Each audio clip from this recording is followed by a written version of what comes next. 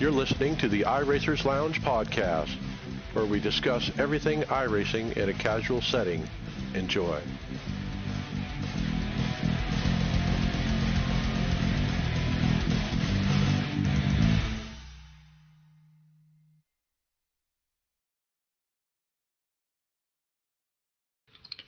Welcome to the iRacers Lounge. I'm your host, Mike Ellis. iRacers Lounge is a podcast for the iRacer, where we talk all things iRacing in a casual setting. Joining me are the usual characters, Brian McCubbin. How's it going, everyone? All right, David Hall. Hello, hello. Greg Hectus. What's up, everybody? Tony Groves. Evening, gentlemen. And special guest, Kyle Pendergraft. Howdy, everyone. Hey. Well, before we talk to Kyle today, we'll tell you about our show. We welcome and introduce to our listeners Kyle Pendergraft. Evan Pasoko will be dropping in to help us cover this week's emotional iRacing Coke Series race and much, much more. But first, let me tell you about GridFinder. It is the home of online sim racing leagues. GridFinder is also a great resource to find paint designers and race commentators. Recently, they've been adding some great articles discussing various aspects of running leagues and sim racing in general. GridFinder is constantly adding helpful content and giving us all more reason to visit www.grid-finder.com. Visit GridFinder to find a league or to upload your own. GridFinder is the home of online sim racing leagues. And welcome, Kyle, to Team Tifosi. How you doing? Oh, pretty good. About your Well, we're certainly happy to, have you join our team and the show. Thanks for coming. We want to get to know you a little bit, so let's start out at the beginning. What brought you to iRacing? When did you first hear about iRacing, and what did you do about it? Well, started out, I'm a big NASCAR fan ever since, late 90s. Started out as a Stewart fan, and played a lot of console games, a lot of console NASCAR games, should I say. And here recently, just actually right about a year ago, I built my first PC, and with just the idea of just doing iRacing, that's now turned into a lot more than just running some laps. Okay, so you're pretty new to the scene. Let's go over your stats so far. Oval, your winning percentage, 3.7%. That's pretty darn good, actually. Road, 6.4, and dirt, oval, 3.7. Nothing yet on the dirt road side, but I think you're an oval racer, right? Or you do both? Oval and road. Based on how many starts you have, it does look pretty equal. Yeah, I started out just doing oval for the longest time, and then I finally decided to just get out there on the road and see what I can do, and actually I found a pretty good love for it. Okay. So let's talk about what series are you normally running these days. First, I'll start out. You just started with NIS here with us at Atlanta, and boy, a P5 right off the bat. So, well, nice run. Thank you. I appreciate that. Yeah, the NIS, of course, I'm, like you said, fairly new to iRacing itself, so I can't say I run a lot of different series on a regular basis. I ran a lot of NIS last year towards the end of the season, and then actually I ran in the Daytona 24 Hours, and so I really stuck with trying to run a lot of IMSA classes now, and also some of the F3 road courses, and of course all three major NASCAR series. Okay, very good. So that's the official side. What about unofficial and league and stuff like that? Actually, I run in a couple different leagues right now. The first one I started out with was the iRock Challenge Series, which is an iRock-themed league. We started out actually running like 4 different types of cars throughout the league. On Season 1 and Season 2, we went to running just the ARCA, and now with Season 3, we're transitioning over to the trucks. All of the vehicles are the same paints, just different colors with your name, and then same all fixed setup. And then from there, we also created a second league for dirt that just started season 1 2 weeks ago called the iRock Challenge Dirt Series. And so I run that, and then, of course, I run the majors, but I'm not full force with it yet. First season in, started out kind of just picking up some Sunday races here and there when they have them. So hopefully next year I'll plan to go full steam with it. Okay, cool. Let's switch gears and talk about your hardware setup. What do you got for like wheels, pedals? Is it monitors or VR and that kind of stuff? For my hardware I got for my wheel is the Sim Experience Pro V2 direct drive wheel. I also run the Fanatec Club Sport V3 pedals with the gas and brake mods already. And then a Thrustmaster TH8 shifter, and then a cheapo eBay handbrake. So when you started, you said you built a computer and that was the first part. Did you get all this stuff right away, or did you start with cheaper stuff and build up to this? Well, I bought my first wheel about 3.5 years ago. I bought a little $50. I'm sure you all have probably seen it, the Thrustmaster Ferrari set with the 2 pedals.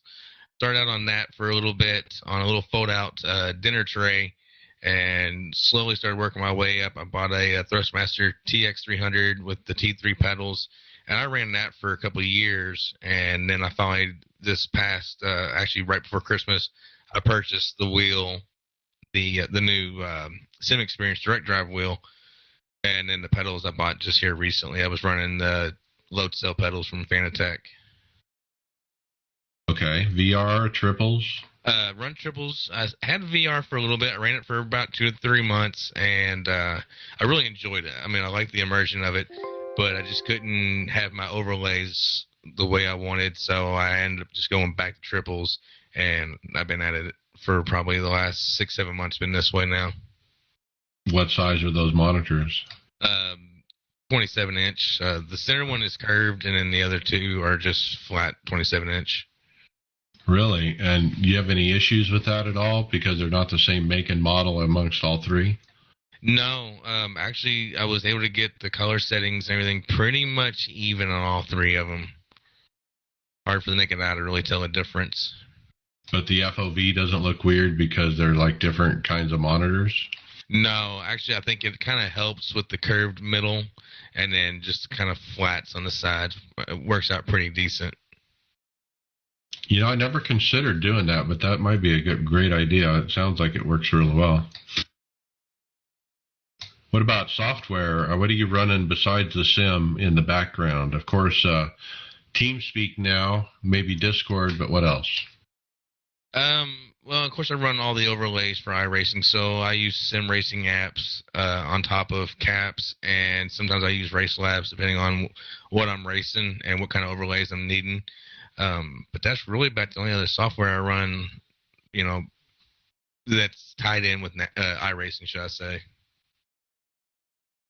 Okay, so Kyle Pendygraph, what attracted to me about what you're doing with your racing, and you've only been on, a short time, is your streaming page that you got going on Facebook called Loud Pedal Gaming, and man, it's actually a pretty large community you've got there.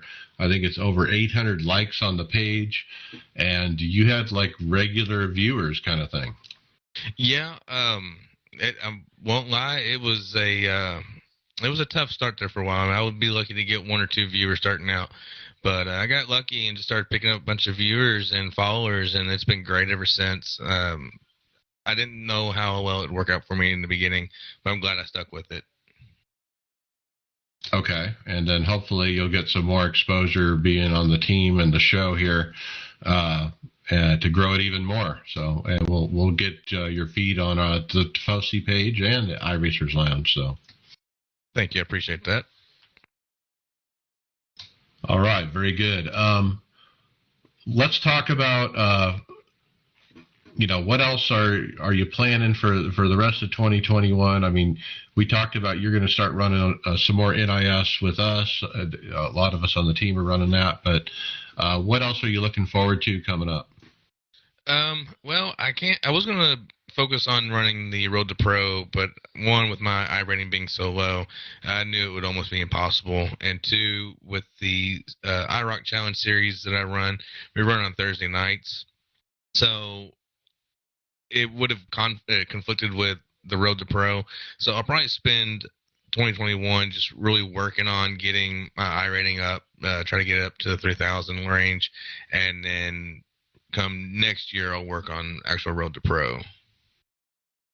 Yeah, and we're starting to learn, how to change setups and do that kind of stuff in the team as well. So you'll pick up what you need.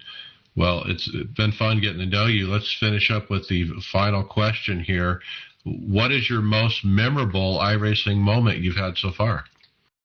I would have to go back to, I think it was, if I'm not mistaken, it was my very first ever win on iRacing, and it was the C-Class trucks. We were at Talladega, and I had gone back and forth with the lead between 3 or 4 different guys throughout the race, and come down to the last race, and we were almost 4 to 5 wide and kind of staggered a little bit, and I ended up getting spun around, and I crossed the finish line backwards for the win. That was probably my most memorable win. And then just a month after being in the series or so, I mean, that's your hook, line, and sinker, right? You're with iRacing from that point forward, right?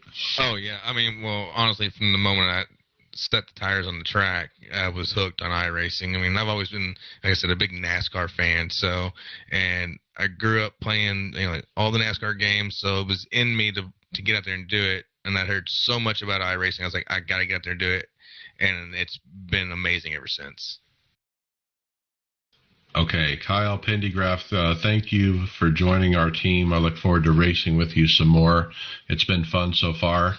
I think you're going to fit in real good, and we're happy to have you on our show. Thank you. I appreciate that. And Evan Pasoka, welcome. Hey, can you guys hear me all right? Little static there. Give me 2 seconds. Kind of in and out. Try again. All right, was that better? Yeah, there you go. Okay. I always forget to reset the amp on the microphone setup, so that took a second. Sorry about that. It was like distorted, like right Jimi Hendrix amp kind of thing. Something. Yeah. No preamp going. No. Well, welcome. Let's talk some Coke racing. It's been a great week. We before the race, iRacing put out a media guide, an official kind of media guide that a sports entity would put out, that the media can get to and look up, simple stats on the drivers, get a picture, information, basic information. What do you think of that, Evan? That's kind of professional. Well, I'm a stat nerd, right? I tell you guys that always. So we had that up kind of all night long and was using that to pull stats. How many career starts does this guy have? How long has he been in the series? I keep pushing for us to get like a dedicated statistician, so I don't have to have a trillion things going at once looking up these stats, but it's good to have that resource, because every stat that we've used since is kind of in like our own unofficial stat guide in like an Excel sheet where I have every race winner from when and all that. So having it kind of in one central spot, I think, makes our lives a lot easier. So hopefully we can utilize some of that and bring more info to the broadcasts. Yeah, I thought it was very interesting to kind of peruse through. And it again, just to put a face with a name, it really does a lot. Let's talk Atlanta. The Grand Marshal to give the command, Juson Hamilton, who's the director of competition, I believe, with NASCAR. Again, NASCAR getting a real big tie-in with our Coke Racing. Yeah, Juson's been with the series for, I think, about 3 years now, maybe 2. But I remember last year when they did the media day in Charlotte, Juson actually was there.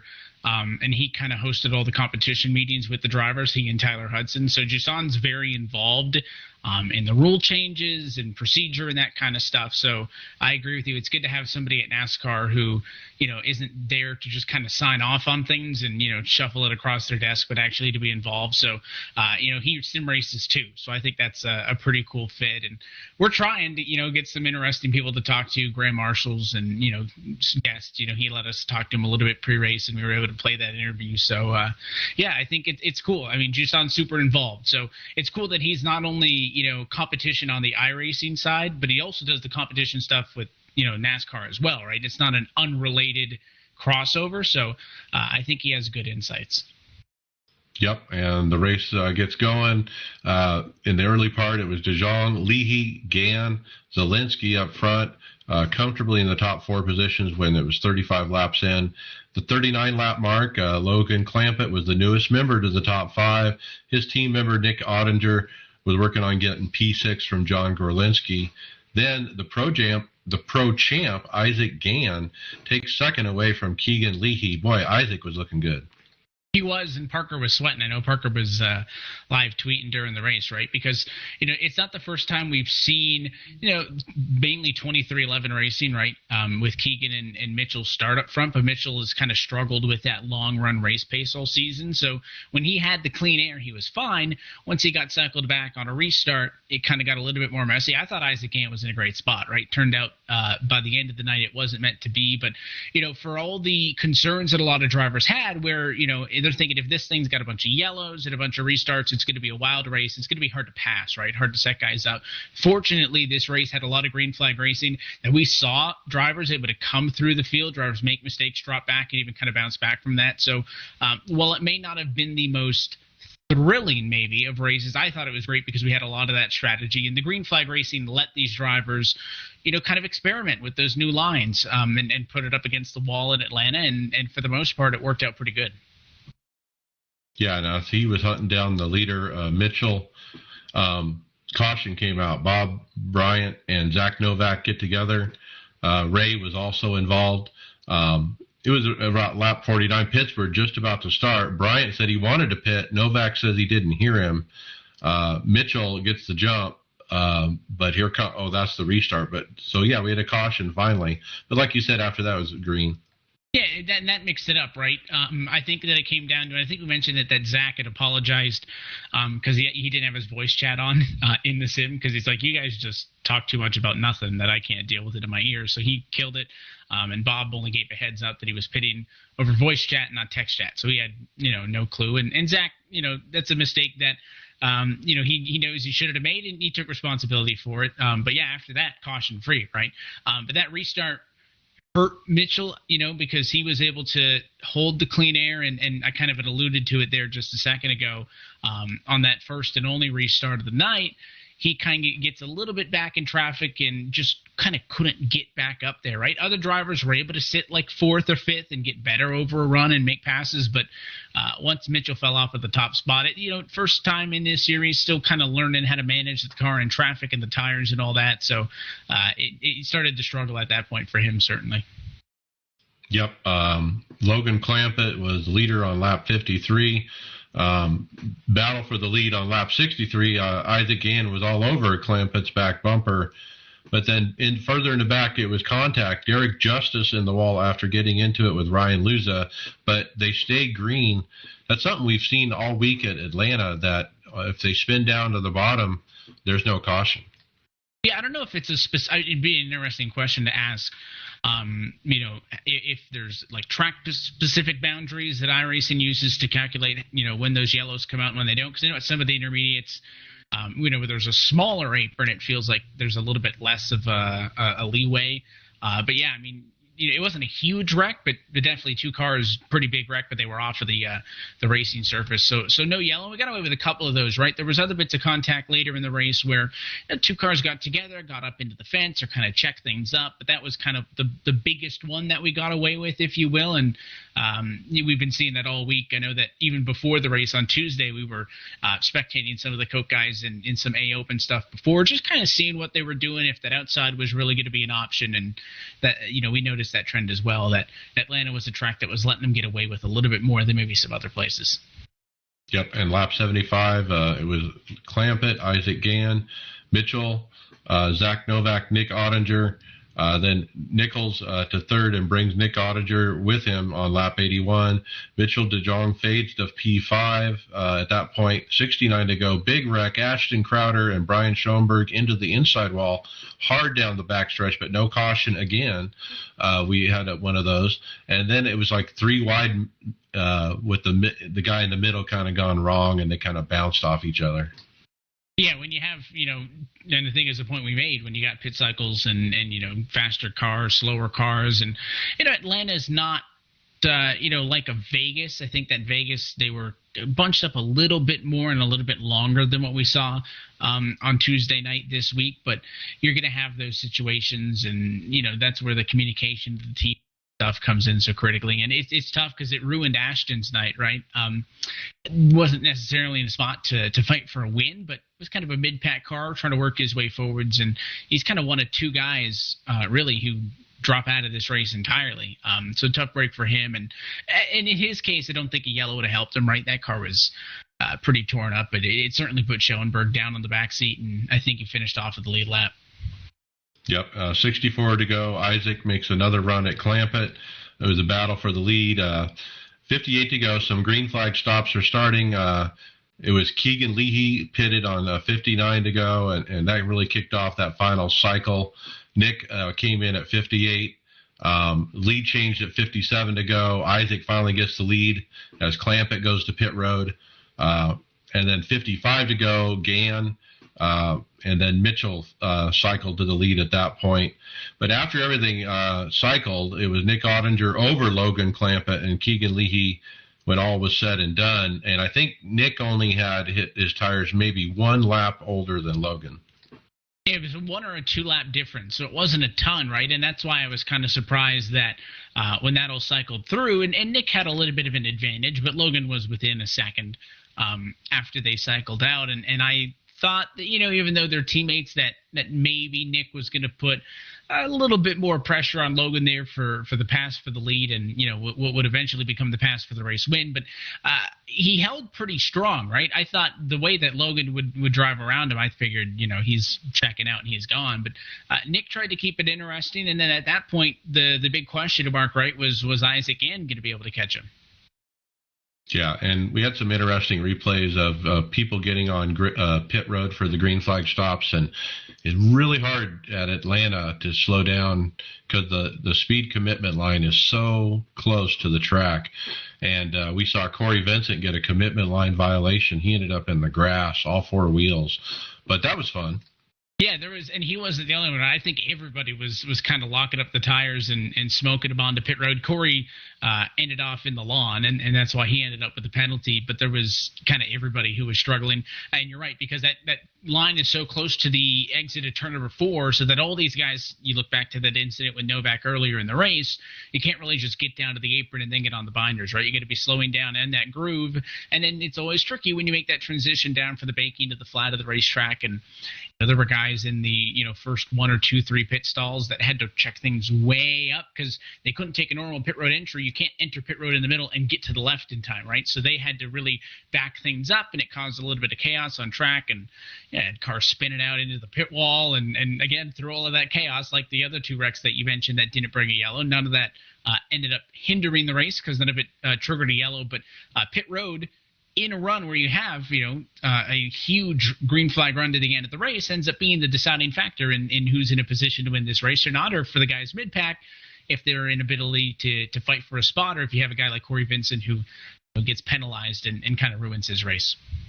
Yeah, lap 121, what ended up being the pass for the win, Logan Clampett got around Nick Ottinger fairly well.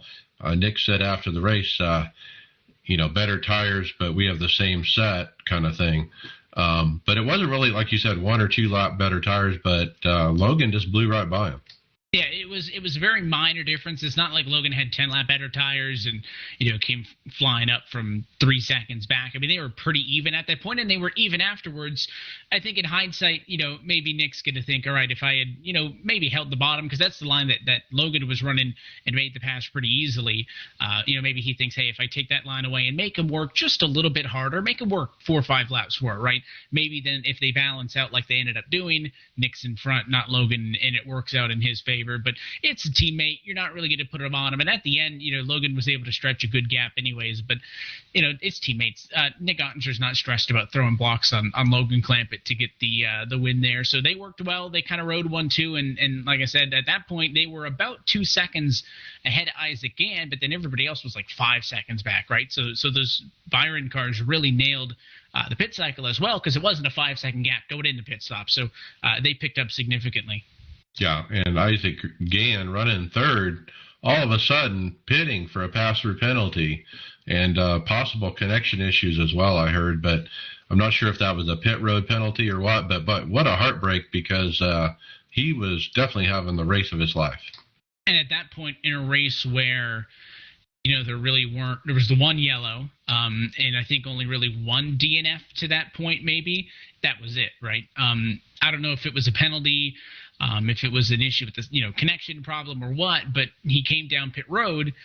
Even if he had gone back out on track, you lose a lap, you're at last place, because there were so few cars that had dropped out of the race that was it. So out of nowhere, we didn't even see it right away. I was just looking at timing and scoring, and I realized Isaac's gone, and kind of rewinded it back a couple of laps, and he pitted from third, and at that point, you got Clampett and Ottinger 5+ seconds ahead of everybody else, and then it's just that nerve-wracking kind of ticking down, hoping that the race, at least if you're the guys up front, hoping that it stays green, because at that point it was theirs to lose by a mile.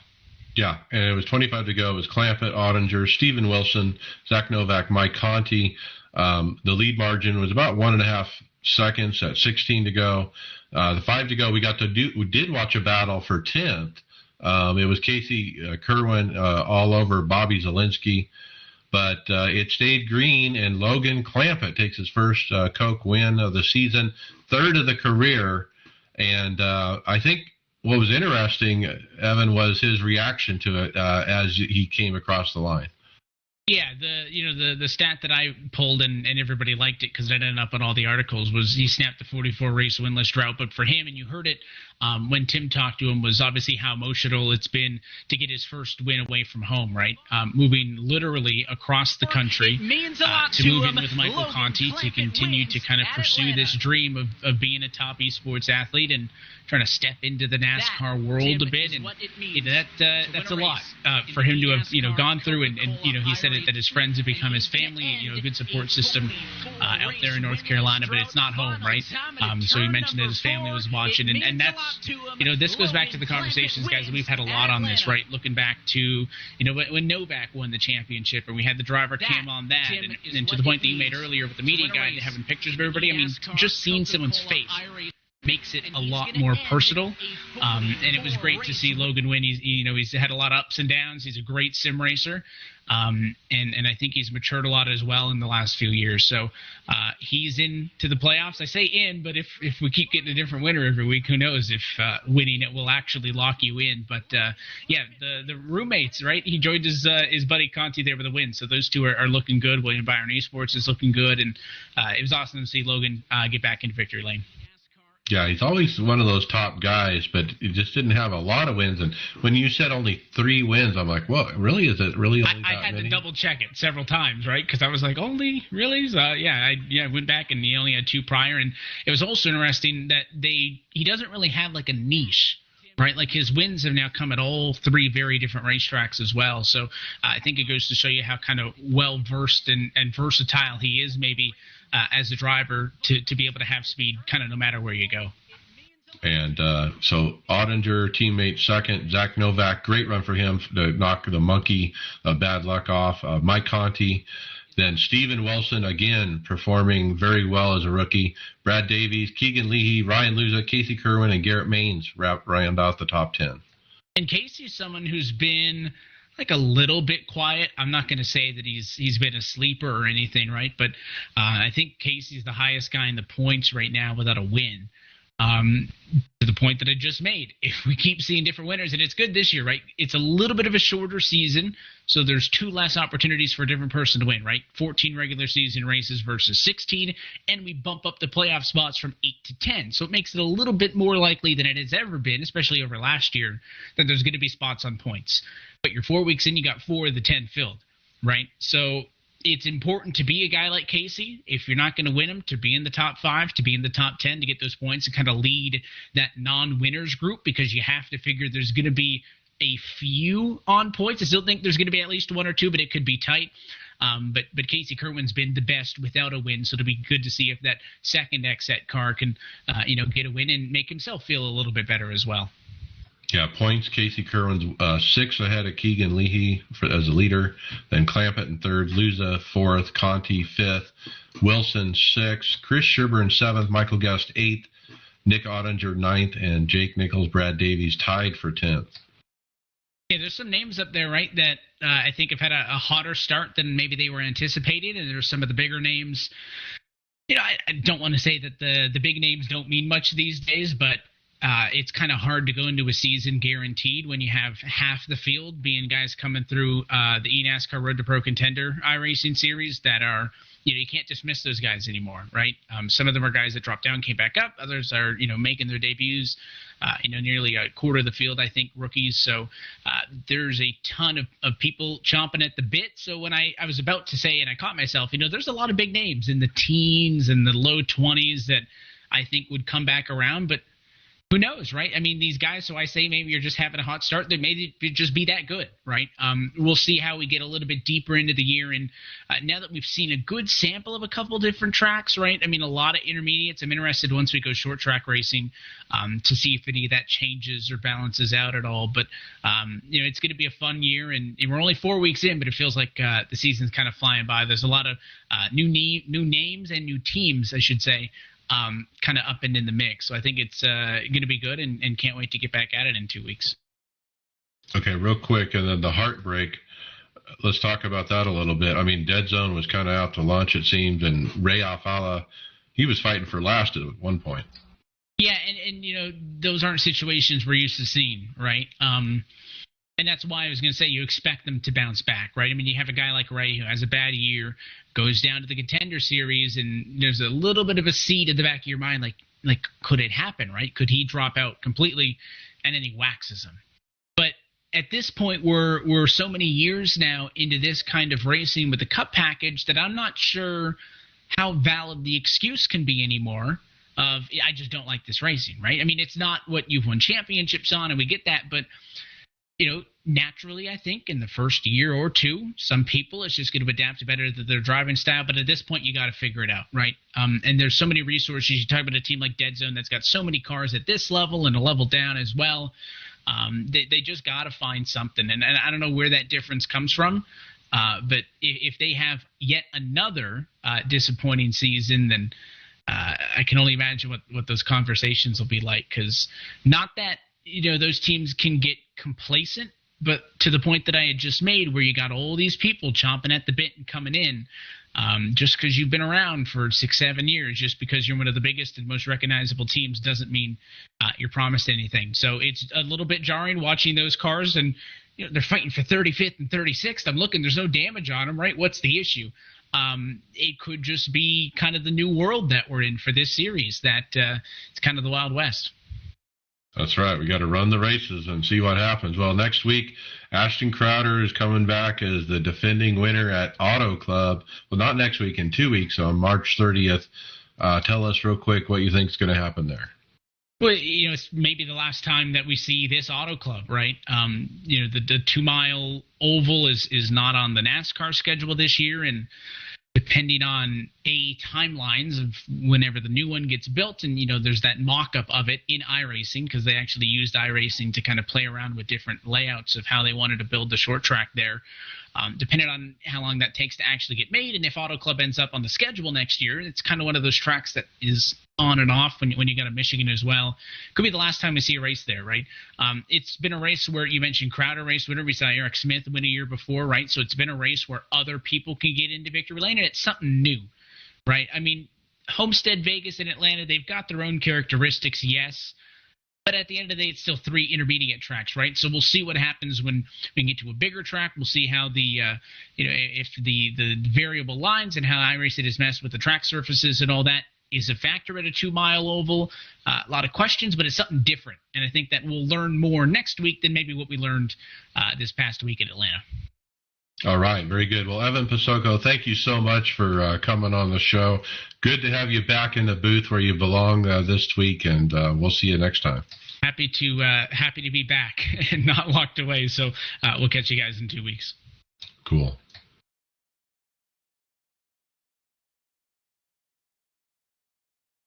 All right, we got some more races to talk about. How about the Super Cup All-Star race?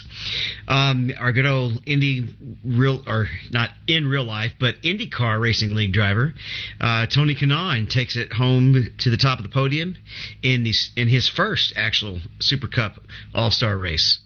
And his tweet here, or the tweet from iRacing, has hashtag Never Not Racing. This guy is on here a lot. I've been in a lot of Euro Sprint Series races with him as well. He killed them too. Yeah, he you remember he bought that custom wheel that was super cool. I forgot what brand it was, but it was awesome. And he's been on iRacing a whole lot ever since he joined right after the pandemic started. He did benefit in that race from a last place finish in the sprint race before that. Him and Emily Smith actually got into it in the sprint race, and he actually, because of the inversion, he actually started up front, and he just drove away from everyone.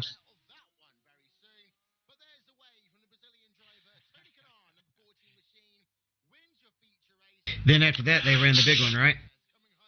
Yeah, right after that was the Super Cup, the Porsche Tag Heuer Super Cup Series, and the double win goes to Sebastian Job, who wins the sprint race. It gets inverted to 8th place in the main feature and winds up winning that one too. It was a really interesting race, a really close finish at the end with him and Alejandro Sanchez finishing second. But the cool thing, it was a really good battle for the last 3 or 4 laps between those two. The two had actually pulled away from the rest of the field, but they were playing kind of cat and mouse. Sebastian Job was winning with 3 laps to go ahead of Sanchez, and basically going down the Kemmel Straight, the long straight, shortly after the start-finish line, he actually it almost looked like he just let him go. And so Sanchez took the lead lap, and then with 1 lap to go, he used the draft. Sebastian Job used the draft on the Kemmel Straight to retake the lead on the very last lap, and they were just fighting. And Sebastian, you could tell he was just setting up that last lap pass by being able to use a strong draft going down that long straight. And it was really good racing, smart racing by Sebastian Job. Sanchez gave him as much as he could give him to try to take that win back, but Sebastian holds on to get the double win. In the sprint race before that, it was interesting because Mitchell de Jong won the pole, and second place in the qualifying was the points leader, and Josh Rogers, and they actually took each other out just after the Kemmel Straight, going into that first right-hand left-hand turn. Teammates from VRS and the top 2 point leaders in the series took each other out. It was described as a small mistake by Mitchell de Jong that created that issue, and both of them were out of the race. They started in the back of the main feature because of that. Never really got back up to like 20th place for the 2 of them, so not too many points. But if you remember, Josh Rogers has a huge lead and still carries a big lead going into round 8 next week.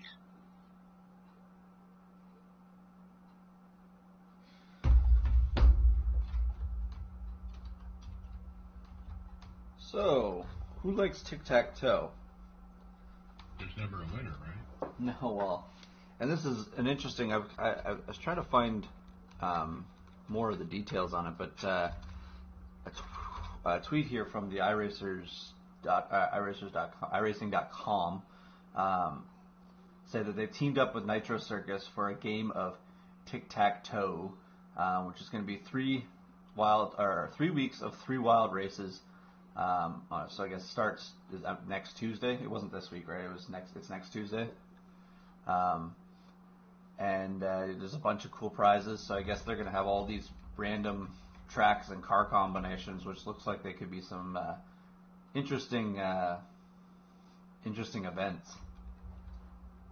Yeah, you got the LMP cars take on the world's fastest speedway, and then you have the dirt street stock go flying on the world short course track, the wild short course tracks, and then Pro 2 trucks on the tricky Japanese road course. So there's no actual the way that they're saying this. You just got to get 3 wins. It's not like a board that you got to tack stuff off of, is it? You get a chance at prizes and you run all 3. Okay. I would guess based on the flyer that it's more like bingo, right? If you happen to get 3 in a row, actually on kind of almost like a bingo card. Depending on which race. I was trying to find the card, or something like that. I wonder if there's something missing here that I just couldn't find. If you join the league, it actually takes you to the official iRacing league page for this Nitro Circus League, and sure enough, the button is active. You can actually apply for this league and run it. I've been wanting to see how the LMPs behave on a big oval. It'd be interesting, but like I said, you'd only be able to use the Porsche because the Porsche would have a huge advantage because the Audi would be useless. Building up, and then it becomes really strategic because when do you use it? Do you save it? You kind of use a little bit each lap just to kind of keep towards the front. Because that actually comes into play when you're running a regular LMP race. I've been in a few battles where we're literally which one of us is going to be at 0% battery coming to the checker.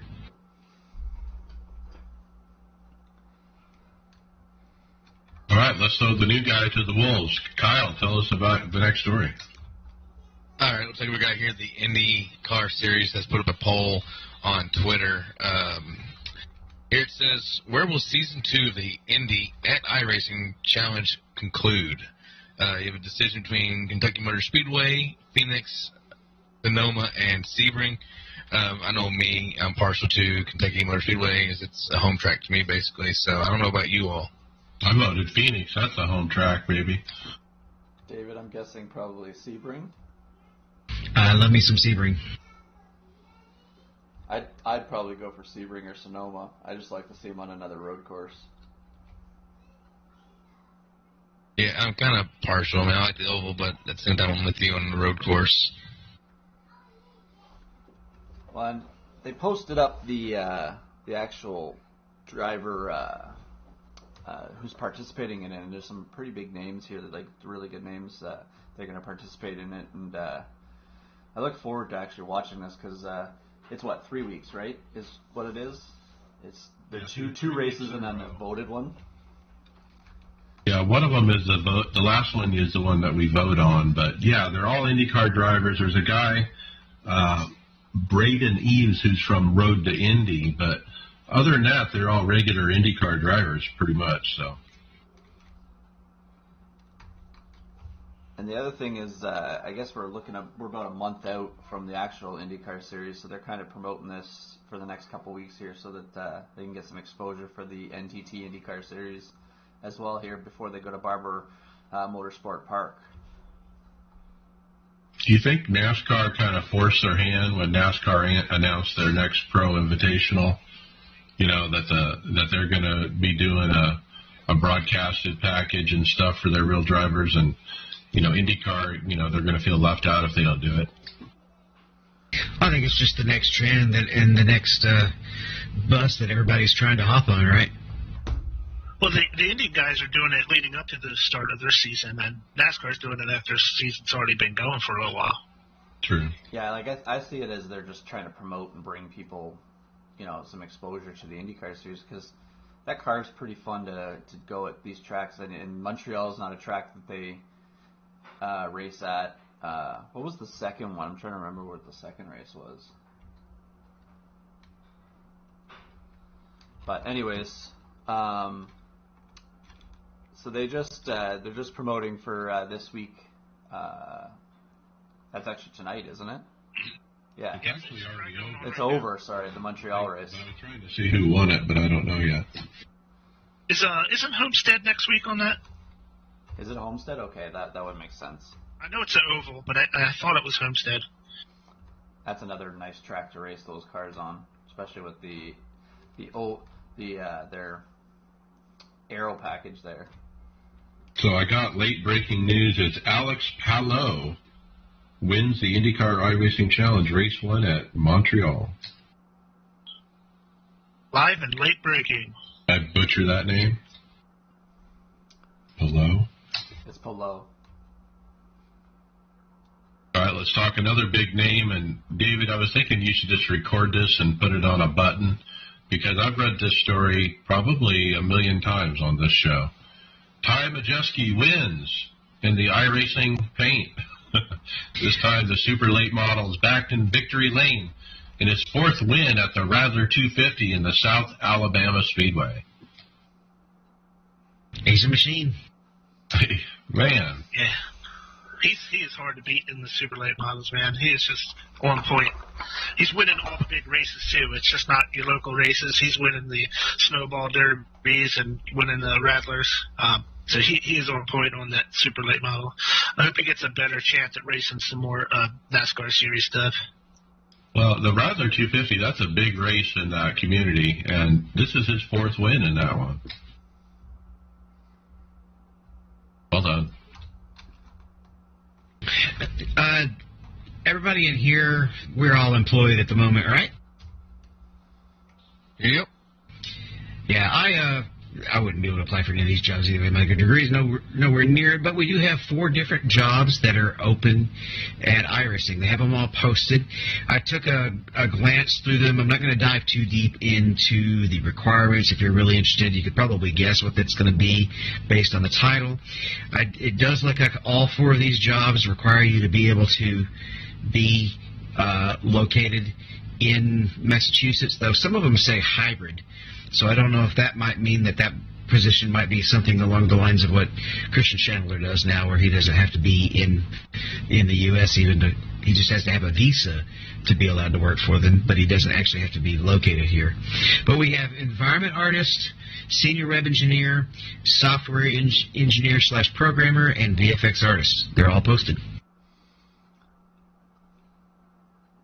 Wow, and if that's your industry, I mean, that'd be a fun job to get, for sure. It's interesting that they got an environmental artist. I don't know how many different positions they've had in general before, because, an environmental artist kind of... Trees just and mountains trees and grass. But, like we were saying last week when they were talking about Hockenheim, and it was being scanned, and it's a lot of the environment stuff on the outside. Maybe it's something like this to try and spruce up some of those things if they don't have their proper scans and pictures taken. Maybe, I don't know.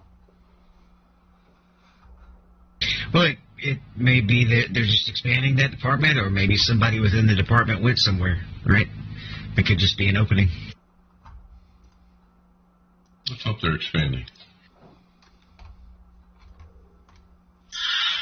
So, guys, you remember before the Coke series started, Malik Ray had the video of him promoting his new ride, where he pulled up in a car and dropped his rowdy car, his T-shirt out the window right in front of Joe Gibbs Racing, and moved on to his new ride.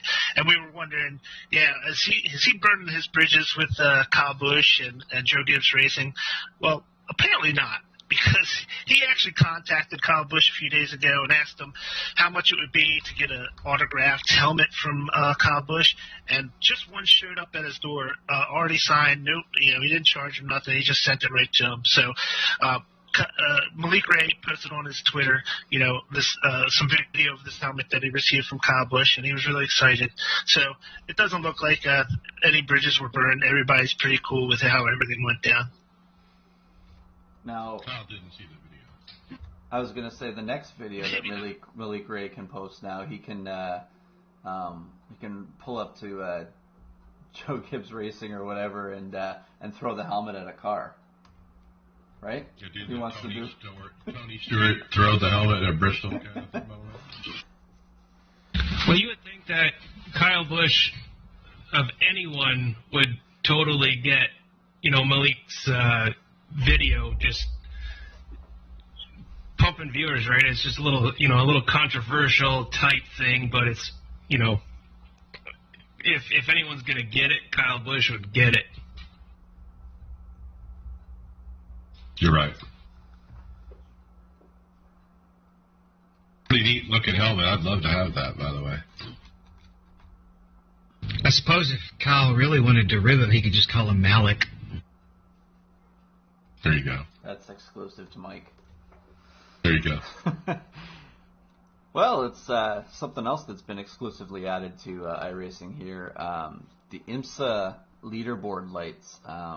Brian Simpson posted on the forums. With the addition of the proper IMSA branding to the cars in the official IMSA Sports Car Series, the leaderboard light system has been added to each car. Unfortunately, there isn't any easy way as a painter to see the locations of the leaderboard since you have to go to the official session for them to appear. So, David, I'm not sure. Have you noticed these yet? Like, I haven't been in any of those series yet since this came out. I'm not sure if he's talking about the first, second, and third place lights that light up. Those little circles that light up if you're in the podium position. Right. I think that's what it is. Yeah. So, but it's supposed to be a painted area they're talking about here too. So that's why I'm kind of like a little bit confused on the template. The lights go on the side of the car, but what he's saying is you can't, when you're painting, you can't see where those lights are. But I believe in the Ferrari paint you could, but it's either that or it's only in the 919. I'd have to go back and look at my paints, but I've seen those lights lit up before in either the Euro Series or IMSA. So I don't know if this is something new or if it was something that was only in Euro Series and has now been added to IMSA. I thought it was already working before. There also is a note here in the post as well. The Porsche 991 RSR has been updated to add the missing IMSA car decal layer. So looks like he's hopes to see everyone's painted liveries here coming soon. Now, I don't know if it changed many of these liveries afterwards, but there's a whole bunch of new zip files that were created for each car. So get your updated files. All right, so we got here, I'm sure all of y'all have heard the name Marcus Lemonis here lately in the news of NASCAR. He's been making a lot of waves in the actual NASCAR scene. Now he's making waves in the iRacing scene. What about post here says $20,000 prize money to the top 3 best at Camping World designers. You work hard for all of us, must enter using hashtag Camping World winner. I'll select the top 6, the fans will pick the winner. So basically, in iRacing, if you run their scheme on your truck, and you use the little hashtag, send in the picture through the hashtag, you're entered for a chance to win $20,000 grand prize. So last week it was he'll pick everyone who ran the paint would get a $100 gift card, right? I believe so. And in a drawing to win an RV. And now it's changed into if you just provide a paint, if you just make a paint and submit a paint, we're going to pick a best paint and $20,000 prize to the best paint. Now, our teammate Bobby Jonas is actively entered the contest. Actively is and he's done a hell of a paint. I love it. Hope he wins.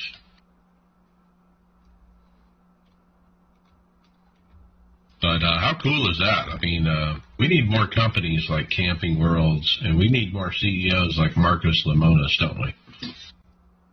It's a cool idea because obviously it's not really, it doesn't cost anybody to go and paint these things up, right? It's kind of just a go have fun, use the sim, and it draws attention to it too, right? Well, it's a grassroots kind of thing, and you get individuals involved, and look at all the publicity that Marcus has gotten over this in the last couple of weeks to draw attention to Camping World. And if he wasn't doing that and ponying up that money, I mean, he wouldn't get that money. He's probably getting bank return on it. Now, we don't have a Camping World company here like in Canada. I'm guessing it's pretty big in the States there, right? Yeah, I think they're the biggest RV dealer there is. RVing has really taken off lately, so. I'm going to jump in real quick. He's going to use any of these things on an actual truck. I don't think you have to actually run it. I just think you have to submit the paint. I think Brian's saying you think he's going to use it maybe in the truck series. Is that what you're saying? Yeah, there was another tweet I saw from him that indicated you might be submitting for a job with him. Like, he'll hire you if you win this contest. Bobby would love that. So I did check my paints as well. The templates for the prototypes, you can tell with the grid lines where the 3 dots are, but I couldn't tell on the Ferrari. So that's probably something that's in the new templates.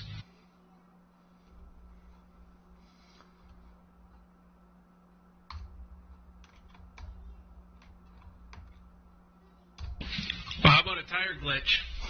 Or Ray Alfala found one. Apparently his tires get narrow when you reach around 20 mile per hour, and then if you slow down, the tires go back. So maybe it's just overheating the tires. Or not heating them. You just figured out why he ran last at Atlanta. It's those little tires. It was like my comment this afternoon when we were watching the video of the new Gen car. The 18-inch rims didn't look kind of right in the back of the car. It looks like they needed to be a wider side. It kind of does the same thing with this car. So if you look at the video that he's posted here, you look at the distance between the Goodyear Eagle and the fender. It's like really close. Like a normal NASCAR, they get that fender really close, like within an inch, right?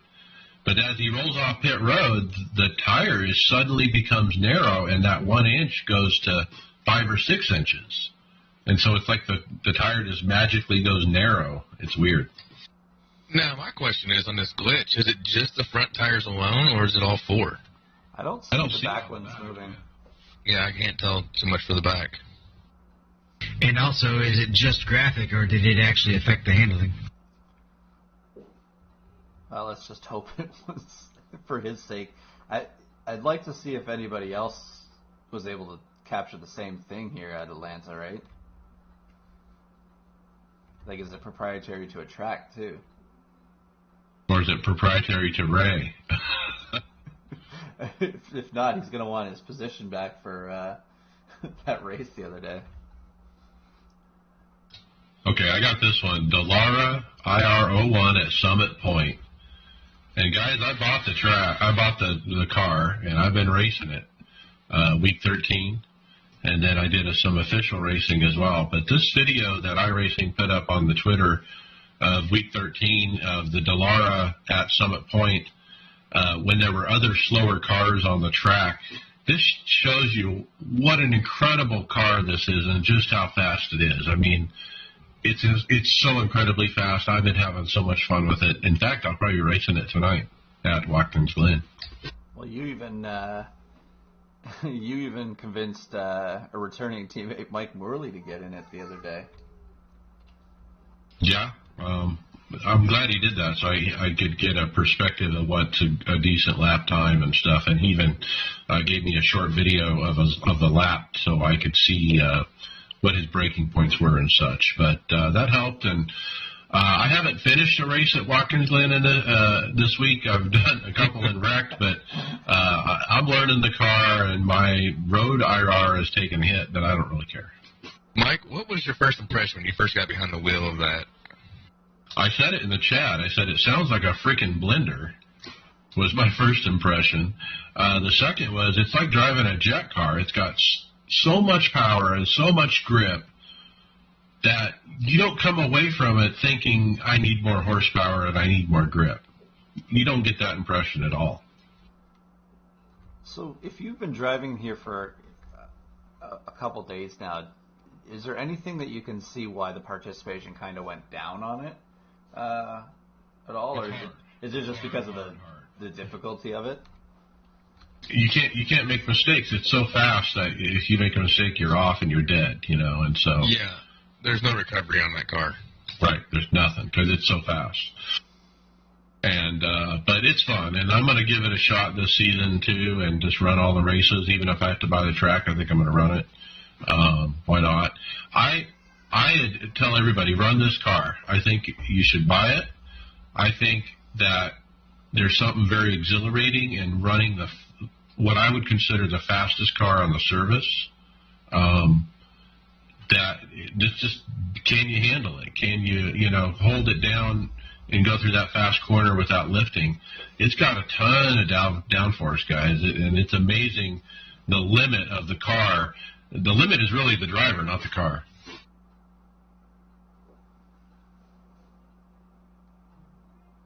Love it. I'll take the next one. We got listener Jose Benales. He sent in a announcement for the Endurance Racing League, and they're hosting a money race, the first of the year, on May 1st, 7 Eastern p.m. It's in the Gander trucks at Daytona. Fixed setup, 100 laps. If you want more information, send a league request to 6373. That's that league in iRacing. The driver fee is $10, and you can PM Jose to submit the payment and get your name and number set on the lineup list. So if you like doing the money races, check this one out. It may even have races and heats. Endurance Racing League. Pretty cool. You need to get on Grid Finder, but hey, if you're a listener, we're going to talk about your stuff. So you can always send us story ideas at iRacersLounge@gmail.com.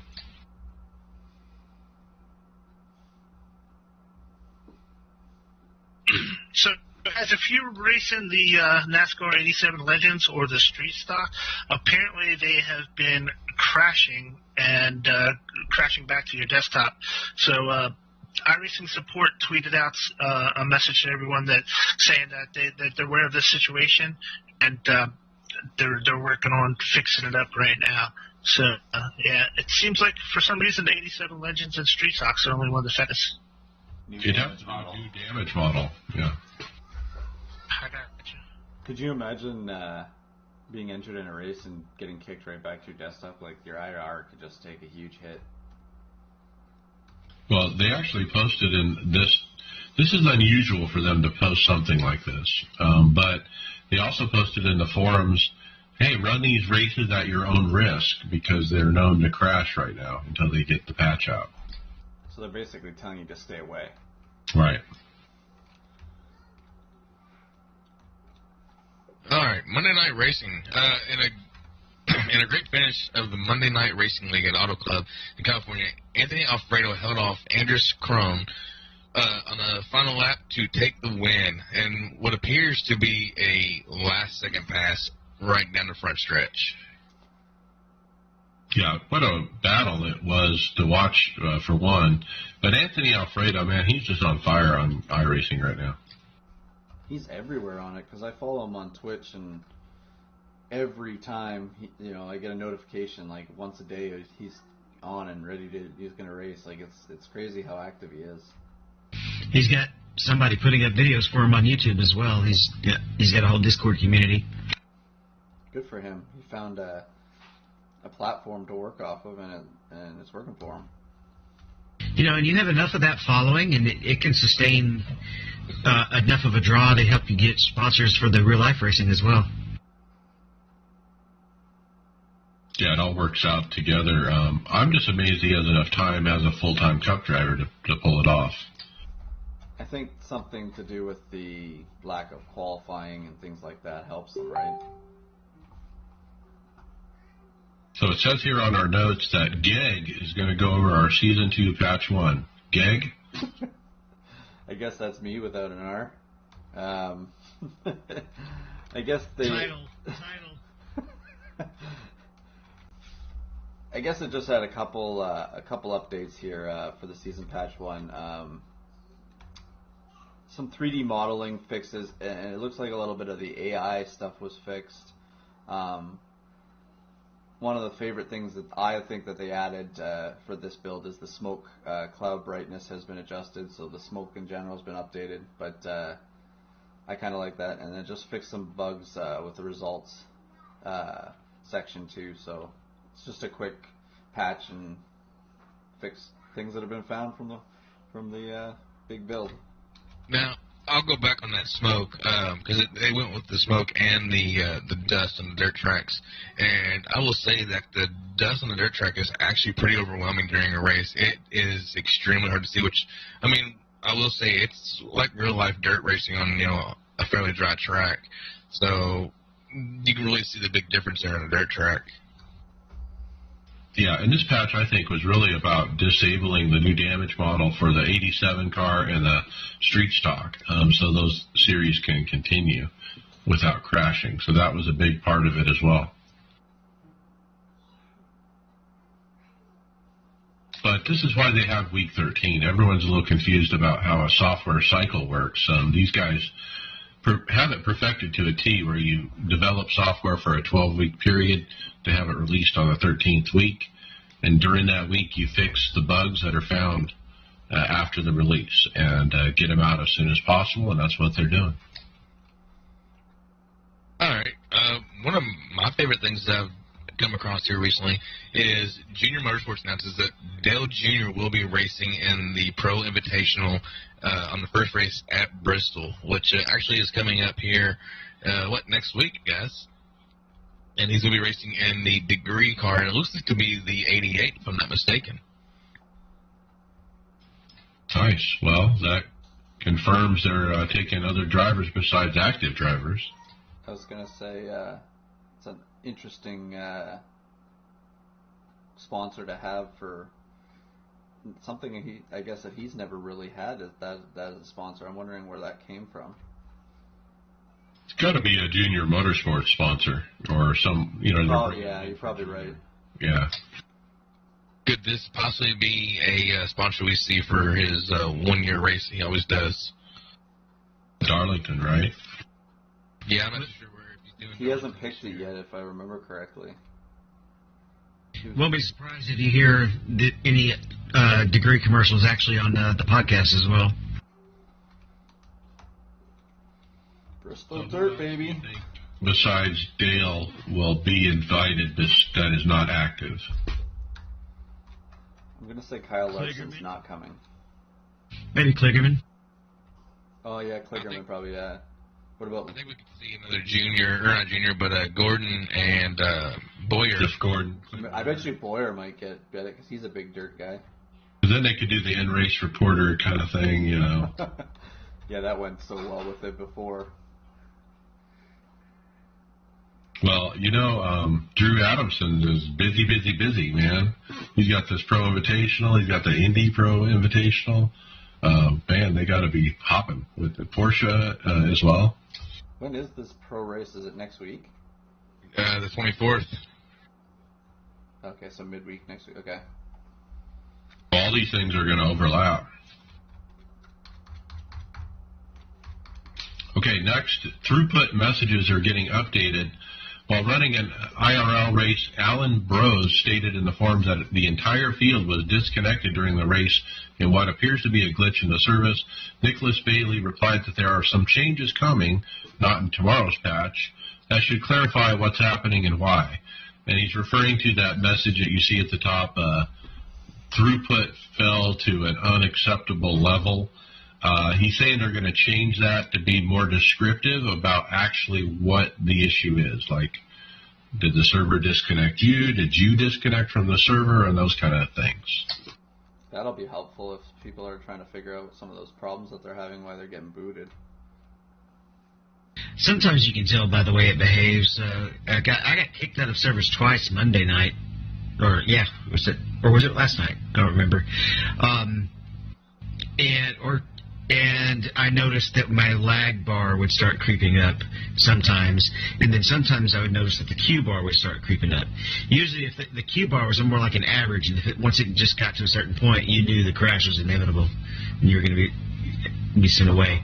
Plus, if every car disappears, you know it's you that got booted off. And then, Brian, you said there's a way to check the logs if this happens to you, right? Yeah. So Christian Challenger was asking people that if that sim, you can check in your documents iRacing folder. If you see .log and .dmp files at the bottom of the format that says sim racing 64DXL ... that you can actually send him that line of code, and it will help them diagnose some of the problems in there. So he was telling people who were part of that crashing to send that line in from the documents file, and apparently they can decipher what was going on with it.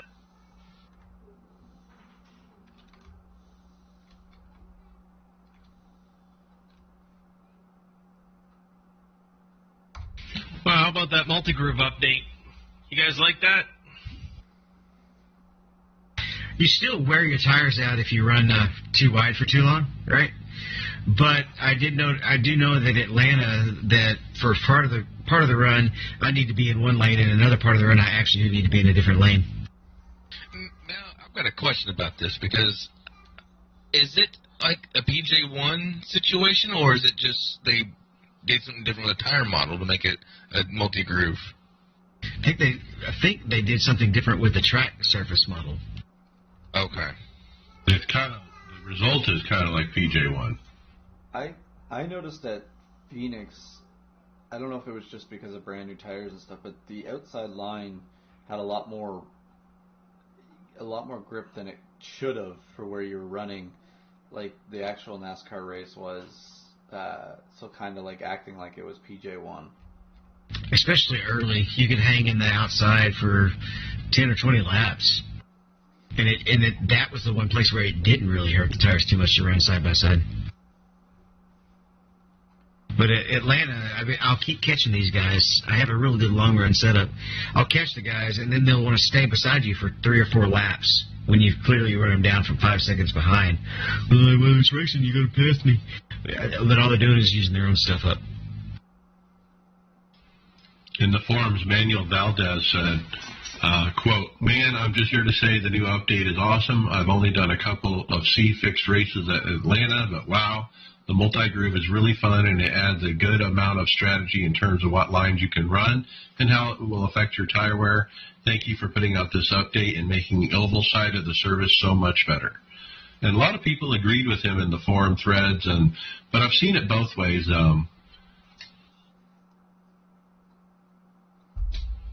I like it so far. We'll know more at a bigger track. Sorry, we'll know more when we get to different intermediate tracks here that, sometimes are just one-line tracks. Because like a track like Michigan will be interesting to see. Yeah.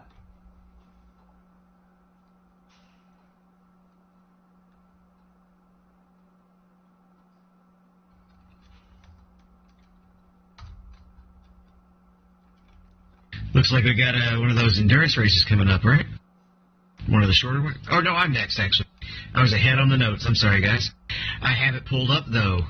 We have a post from Susan Flint, an iRacing staff member. And this is kind of interesting considering the Aftermath's most recent show was kind of diving into the history, right? Well, if you'd like the history of all patch notes of all time, you can now download them in one single file. Oh, big file. One big PDF, yep. Yeah, it's a 6.5 meg PDF. Now, how I found this is, I forget who, but one of the staff members was saying the best way to see when iRacing updated the setups for a particular car is to go into this file, do a Control F, and do a search. And then look for the most recent change. So it's kind of a neat resource if you're looking for that kind of information. Okay, Geg, do we have another race? Apparently it's peg leg, Greg. Or Geg. In our chat. Oh, man. Char, matey. Alright, so the BMW Sim GT Cup, Greg West posted up the next event here, which is going to be held on the 21st of March here, which is Sunday at 1300 GMT. So they're going to be at Silverstone. It's a 120 minutes race, license D road.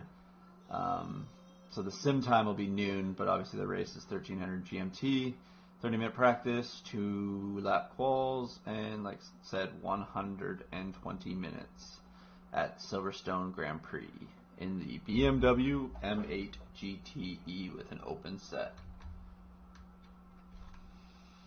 2-hour race, nice. I will probably find myself in that race. You think? Yeah, I enjoy races like that, especially when they're not like I can do the 6 hours, but I like the solo, within the hour to 2.5 hour. Just like the majors, it's like an hour and like 30 minutes long, most races, so those are pretty easy to run by yourself without getting too tired. I wonder if Morley might run that one too, because he's been running in the M8 now the last couple days too. And this one also does require 2 drivers. Oh, it does? Yes. Oh yeah, this is that special event. Yeah, you're right. It is the minimum 2 drivers. There you go. You guys need to hook up. I'd be down for it.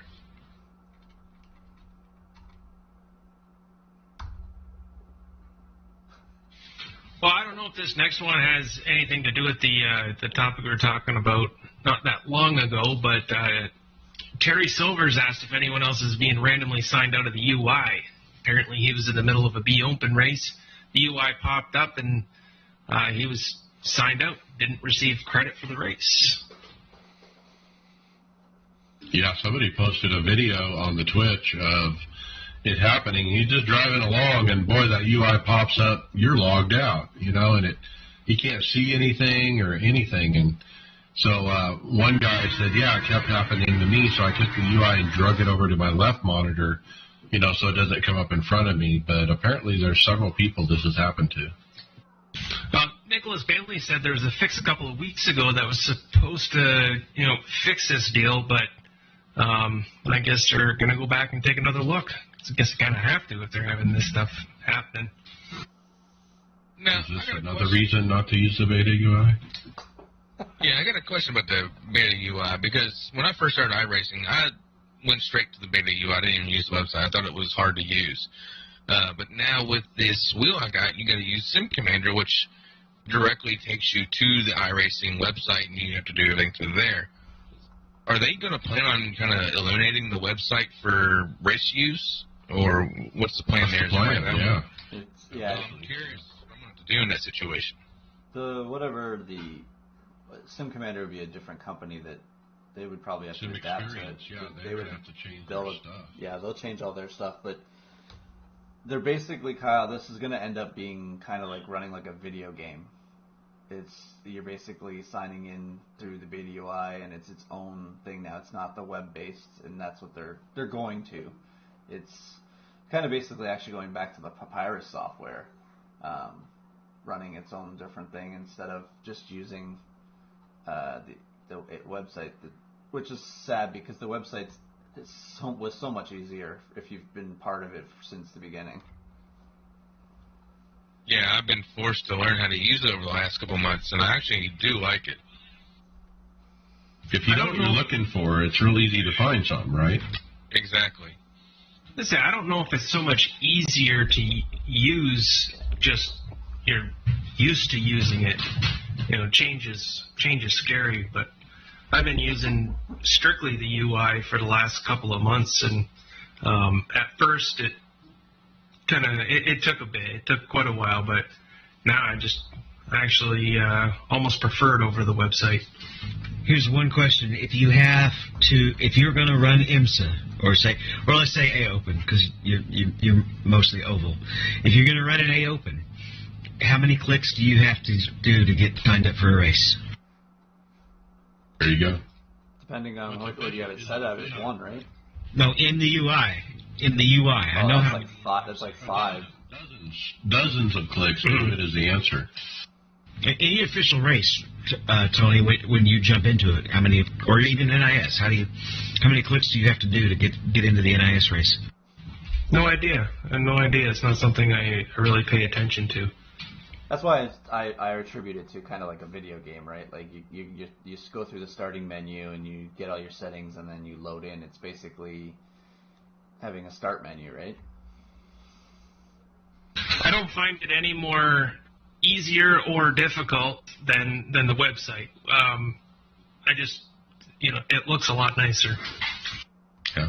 It's definitely getting better than it was when we first had it, because whatever they do with this other I want to see what they do with the interface in game or in sim, what they're changing here too soon, because I'd like to see how that thing's been that way forever. So I want to see what the in sim's going to change to be too.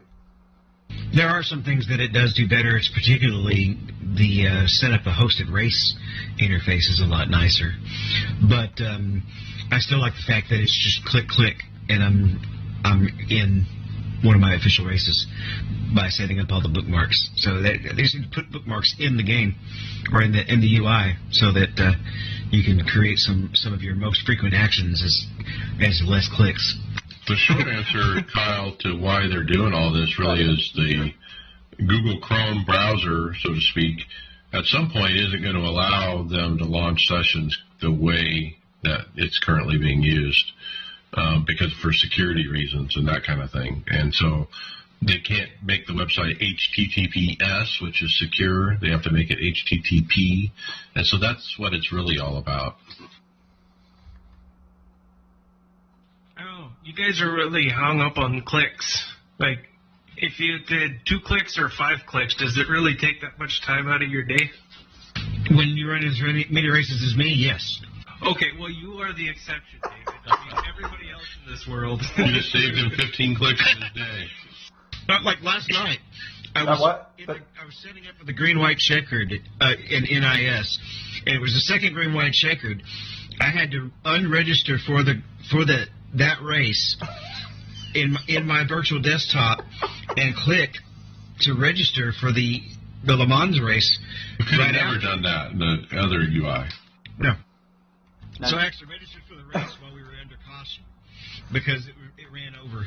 Now, David, if you want to save time in your day, when you're typing out the messages in Messenger, just type them out and don't have any spell problems and then have to correct it, because then that's less clicks.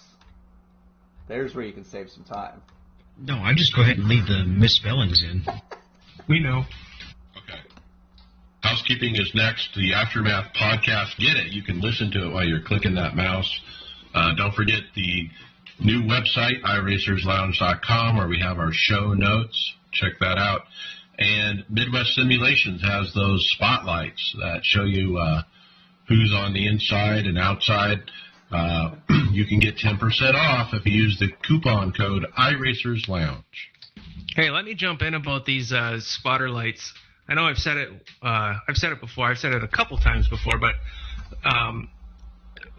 both Lisa and I run the spotter lights. Her on her triples with the new Pro one.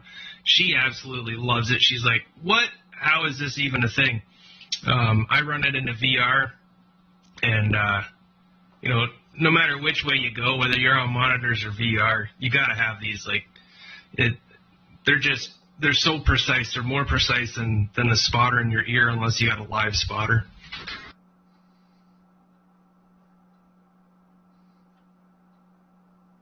Cool. All right. And don't forget, we're on the Performance Motorsports Network. I was listening to them today in the browser to try to see if I could hear our show, but they're still out there 24 hours a day putting out great shows. Fantasy.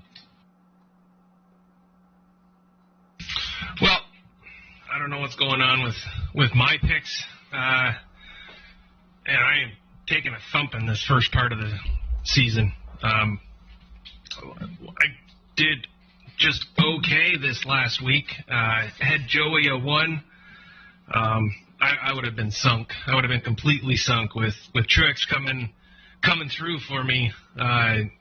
Gave me some bonus points and padded my results a little bit. Lots of other guys are doing a lot better, but you know what?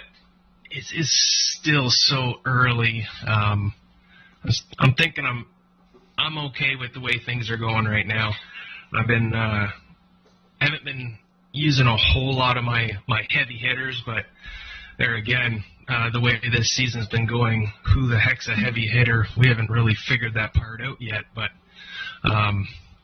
looks like G.I. Jojo's still, rocking that first place spot. He is the guy to beat, and I noticed Res Dog's down in fourth place now. He was battling me last year for the lead.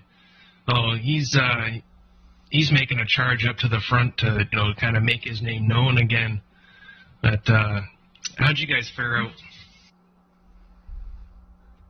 I think the hardest part about this year has been is 5 winners in 5 races. Like, they're already, to get the there might be more winners than spots for the playoffs this year, and that's going to be really hard to come by. And I think the point systems are going to be so tight because nobody's going to run away with it like wins. They're not going to be like Kevin Harvick, who gets like 9 wins in a season and it moves on. I don't think we're going to see that this year. I think it's going to be very diverse with the winners, and you're going to have the playoffs turn out to be like nobody guaranteed to go into the next round real easily. I gained about 10 spots in the standings. I don't know how, but left Brian and Steven back there and where they were in 32nd and 33rd.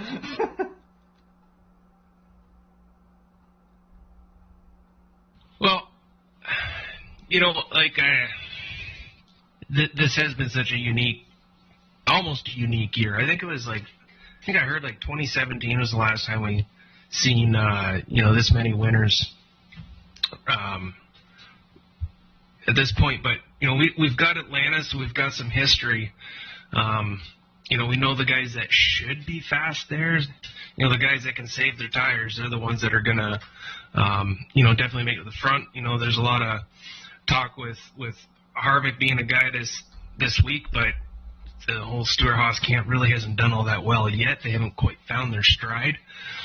But then we got Bristol, and there's another wild card. We've got a bunch of wild cards this year, and once again it's those uses who are you going to play at Atlanta, and then you got Bristol. Who are you going to play? How are you going to play it? Where? I just don't even know anymore. That's the problem.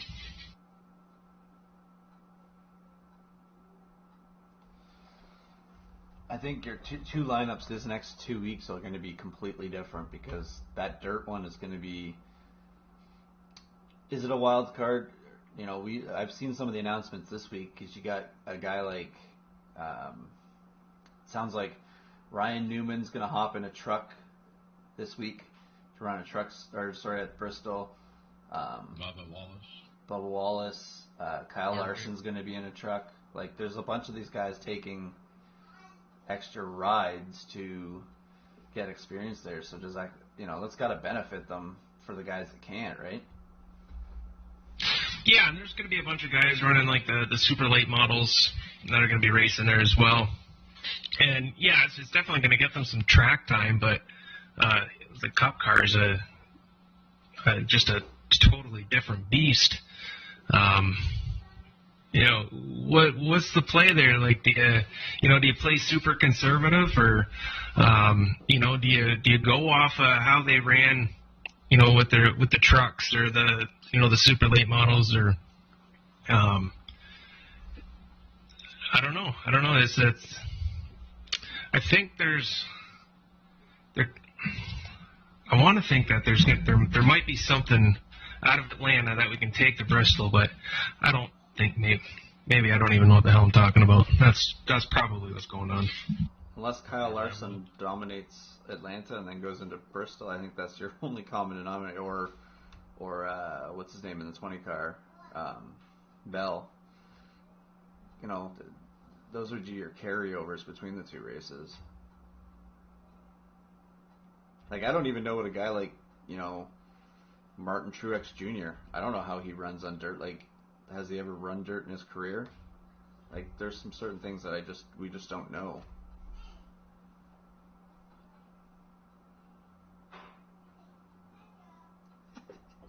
Yeah, I don't know. I think maybe those with patience, because I think it's gonna, you know, take some patience at both tracks, right? Atlanta, you're trying to save your tires and stuff, right? So you don't want to, you know, you don't want to be too crazy. Save those tires for when they're really going to count. And then Bristol, there's a lot of talk of when that track wears in, and you know, it just becomes a sheen. And you know, how is that going to affect? Is that, you know, do you play that patience card there and just kind of wait for that to happen, and then it's kind of just like running just a normal track, obviously a little slower, but maybe there's something there.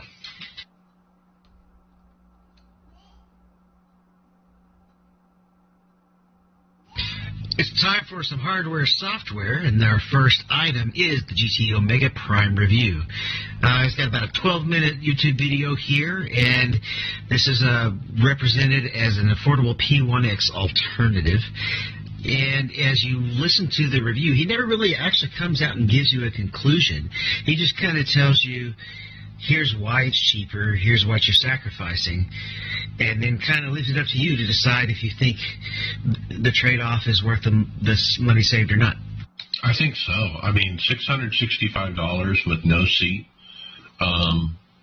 that's a good price, right, for what you can get a sim labs for. That's several hundred cheaper, right? The question is, how much more flex are you going to be dealing with it, right? Yeah, the uprights don't have the little diagonal braces. But, I mean, it still looks pretty beefy to me, you know. What do you think, Brian? Yeah, I think it looks really strong across the base. You know, it's got, 4 levels of the extreme on the bottom, right? Yeah, that's solid. That's like the P1X's, right? Right. So I give it some good marks for that. And the uprights are 3 levels, so that's pretty solid there. Got a different design on the steering column, but still looks pretty decent. Where you can actually affect the cost of the materials cost is actually how thick the aluminum is as well, right. on the inside. You almost need to see a cross section of it to see the real strength of it. They show it. They show a cross section of what the difference is, and it's obviously, you can definitely tell the difference between the two makes there. And that's probably where you get that little extra savings. Well, if you're in that market, check this video out. It'll give you some good information. And the next thing we have in was actually sent by Rico245, Brian. Yeah, he sent in this video. It's a teaser video from Thrustmaster on YouTube, and it's for the new Formula rim, which they've been teasing. So it still doesn't give any specs or anything like that. Most of the video is very silhouetted, so you don't get to see the real full function of it. You can see that it's got the 2 sets of plates on it for the shifter plates, but really not a whole lot more. Well, display and carbon fiber. Yeah, you can see that it has a display. You're right. Yeah, and then the carbon fiber look. I don't know if and they show a close-up of it on the second video. But it looks like carbon fiber, but the close-up, when you look at it, it actually isn't. I think it's like a fake carbon fiber. Yeah, and that's from a separate YouTube video from OC Racing. He posted a video on YouTube, which kind of like what he thinks. He's speculating about the specs on this thing. It's nothing that's been confirmed by Thrustmaster or anything like that. But he kind of dissects what he can tell so far, and maybe speculates a little bit about some of the functions and the button layout on this thing. So it's looking like a really promising wheel, though. It looks very, very nice. Yeah, and wouldn't it be nice if Thrustmaster stepped up and really challenged Fanatec, you know, and provided very similar product to them and a price war. See, we're about, a month out from this release? So at some point here, we've got to be getting an actual image of it, right, in the next couple weeks here. They got to show what it looks like so they can get some pre-orders, more pre-orders in too, right? You think so? Got to get some hype behind it. To FF or not to FF? Well, this is always an argument, I guess, depending on what you're looking at for the sim. And obviously, there's a video posted here. I'm trying to find the name of the guy. Neben 5. So he's just basically going over, I guess, his feelings on what force feedback on or off. I've tried it a couple different ways in my experience racing on here. I find road racing you can be faster without force feedback on. I don't know if it actually is true or just, sometimes when you're doing those type of things and you're testing, you're getting to learn, you're knowing things a bit more than you're learning the track more and getting faster that way rather than actually learning from the different changes. But I haven't got through this whole video. Did he ever come to a complete verdict on it at the end, or was he just explaining the differences? Just talking about it. He talked about how a lot of the pros are running low or no force feedback, and so maybe that says something. I also found. Sorry, go, Brian. Sorry. One of the things that he did show in the video was showing him going over bumps in with force feedback and without. And with force feedback, as you're going over the bump, the wheel is spinning as the feedback hits the wheel. But without force feedback, he could hold the wheel perfectly steady as he's going over these bumps. Saying, and his conclusion was that you have that won't throw off. You can be smoother because your wheel's not turning as you hit things like that. So that was one of the things that he thought might help you a little bit in without force feedback. So I actually. Oh, go ahead, Davis. I actually reduce if I'm actually having a little bit of a problem with the car being loose because of turning the wheel in too much. I actually turn the force feedback up so I can't turn the wheel as much, and it prevents me from spinning out. So I actually get better handling sometimes with the force feedback. Yeah, I'm like you on that one, and I just feel completely lost without the force feedback. It's almost like I can just throw the car around too much to have it turned down or turned off. The way I was looking at this, and this only affects because of obviously sim racing. In real life, you're always going to have force feedback and things like that on it. So you never really get to that point in real life where you can turn it off and be faster. But what they're saying in this video is, when you're going over that bump and your wheel's registering, it's reacting to it, you're basically turning the tire a little bit, and what it's doing is it's scrubbing speed. No matter even if it's a little bit of speed, it's scrubbing a little bit because it's moved. So if you turn the force feedback off, you don't have that. So like in real life, if the same drivers went over that bump, no matter what, the force feedback's going to obviously do the same thing for that person's car. But in the sim world, you can simulate without it and be faster because you're not scrubbing speed by having the wheel do something that you're not wanting it to. If you can just keep going straight, you're not going to lose any time.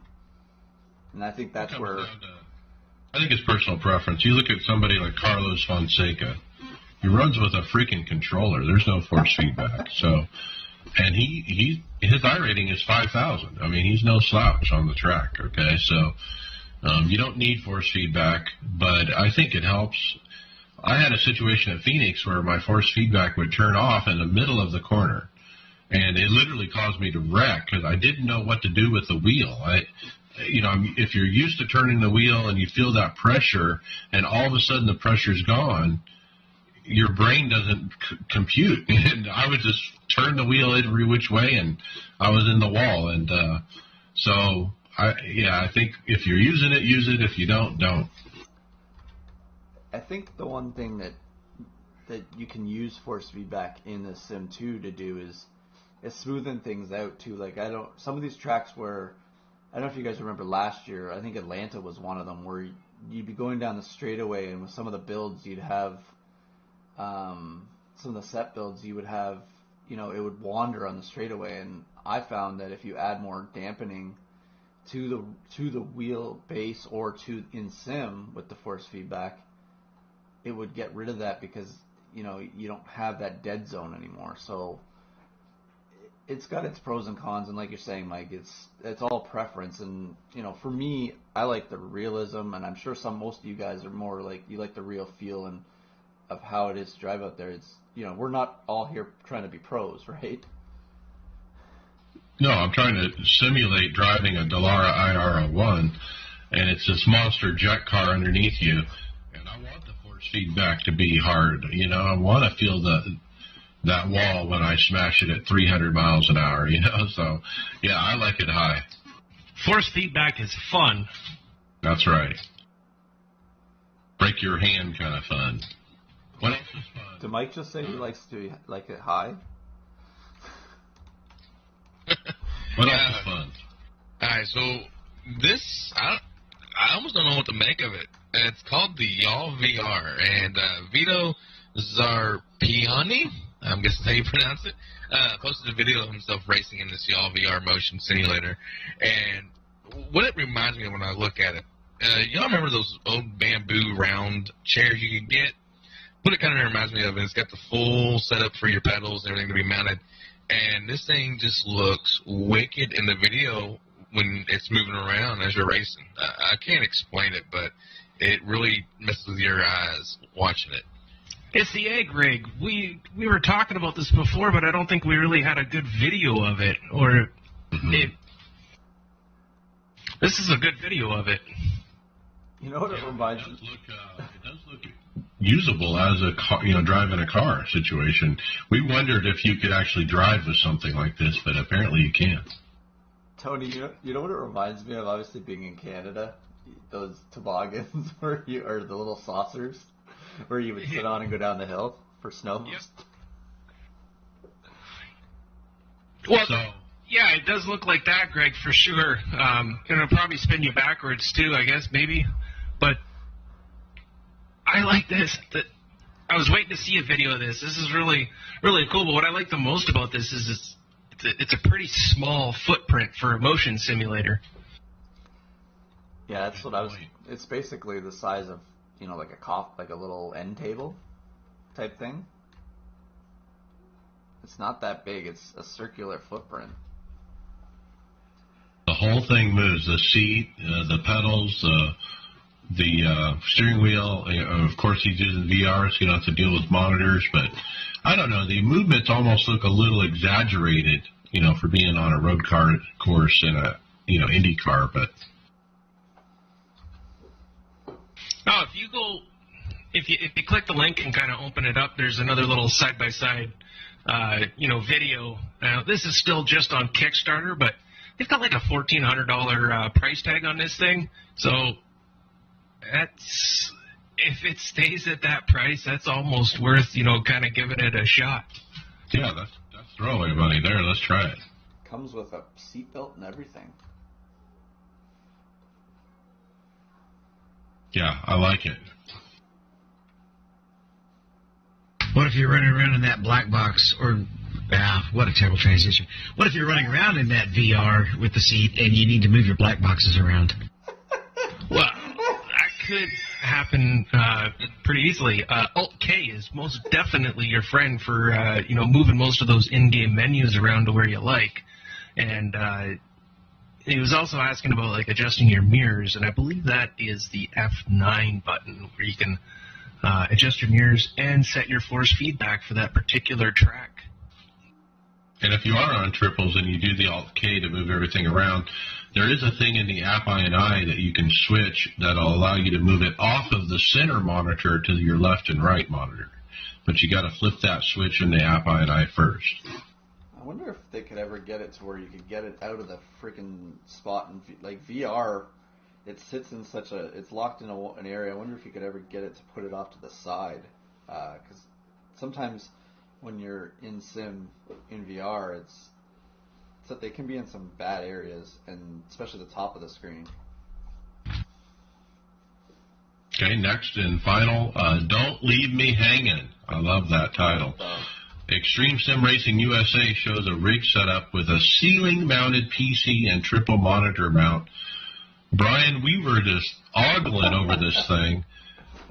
First of all, the no footprint on the floor because all the triple stuff is literally hanging from the ceiling. Yeah, it's a really interesting setup there. I imagine it's a little harder to mount than most of the rigs that we work on, where you just build them from the ground up. This is building from the ceiling down. But once it's in place, it looks like it's pretty steady. The computer's up pretty high, so hopefully, you might need a step ladder to plug stuff in and stuff like that. And running wires up to it probably might be a little tricky, but once it's in place, it's a pretty nice setup.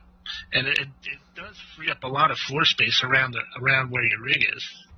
Teammate Bobby Jonas would have a field day with these wire management on this. It is not very good. The wires are hanging, right? When I first looked at this, when you first look at this, if you really want to describe it, it reminds me of when they're on the ship in the Matrix, and when they all get plugged in, it kind of reminds me like that. And the one guy's working from the table, he's got the monitors in front of it. It just looks kind of like that whole setup. But I've never seen hanging from the roof. I don't know if hopefully you mount it really sturdily so it doesn't fall down from the roof. Make sure you hit a stud. But it's quite the setup. For the audio listeners, it's a regular triple monitor mount stand. Floor stand, and he literally just turned it upside down and hung it from the ceiling, and it's hanging upside down, and then he's got the triples, and then he's got the fourth monitor, but obviously it's hanging below where the triples would normally be, and then he's got the computer on a little platform up above that. It's really unique.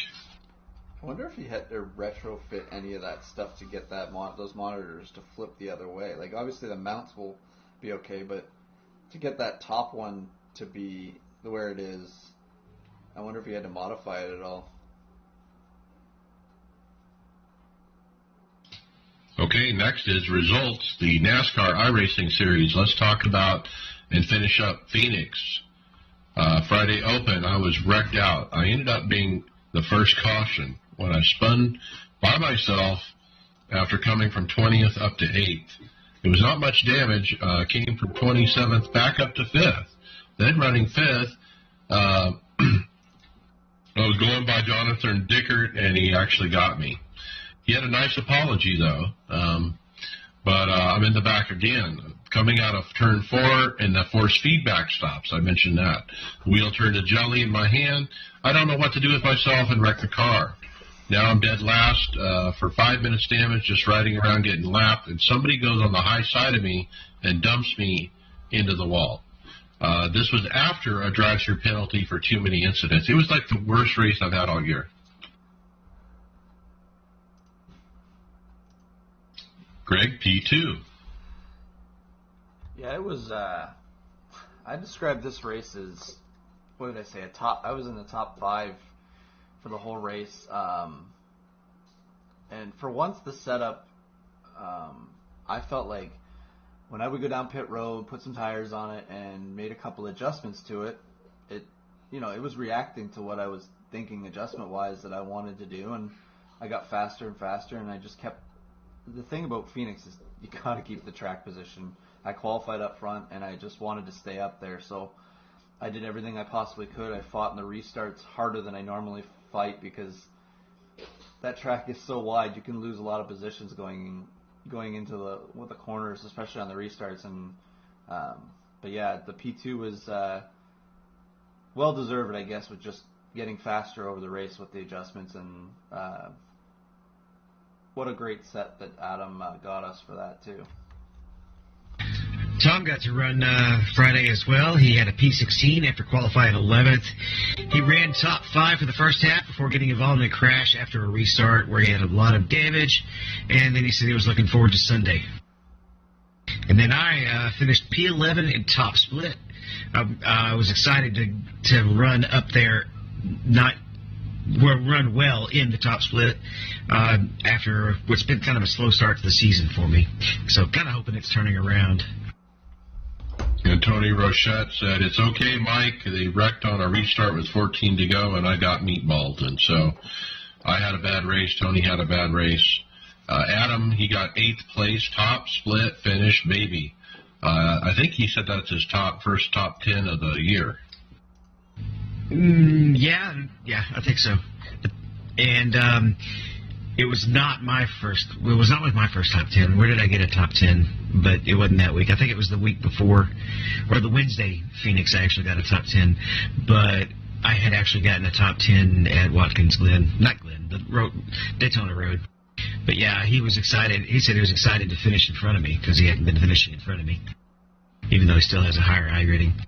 Okay. Sunday, same thing, P11. I missed 10th by inches. We had a green flag stop, actually. It was, again, the set was real good on the long run. Tom had a P7, ran decent all race. He messed up on the final 2 laps to lose one position and was pretty excited to take that top 10.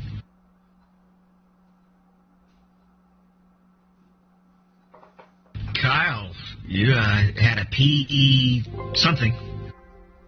Yeah, I ran top 10 for, basically the first 99 laps, and then 5th and 6th place, which were just a spot and 2 ahead of me, got into each other going into turn 3, and I dove down low, and it was too late. The guy that was in P5 just got taken out and shot right down to the inside and took me out with him.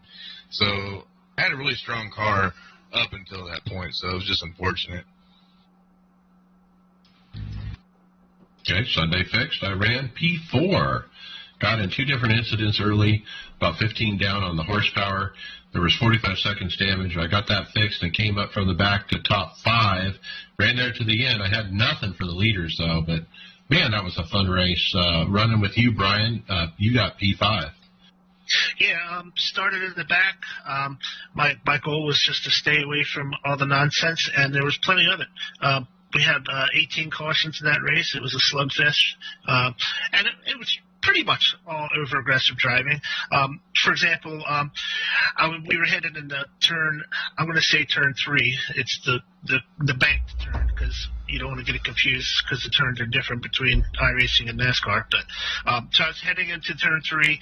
A car was coming fast behind me. I let him take the bottom line. I gave him a lane and a half or so, and he just couldn't hold it down there. He threw it in there too fast, came right across my hood. I was able to keep it straight, but that's just the kind of thing that causes 18 cautions in a 150 lap race, and it's just uncalled for. It's just kind of ridiculous. But just being patient and giving people room to wreck and avoiding it when they do, it'll get you a top 5 in some of these races, and that's what happened to me. I think Stephen Llewellyn ran with us, and he also wrecked out. All right, let's move on to Atlanta, Wednesday Open. David, P14. Yeah, this is one that I just kind of handed a really good finish away. I started 28th and drove all the way up to 13th within 40 laps.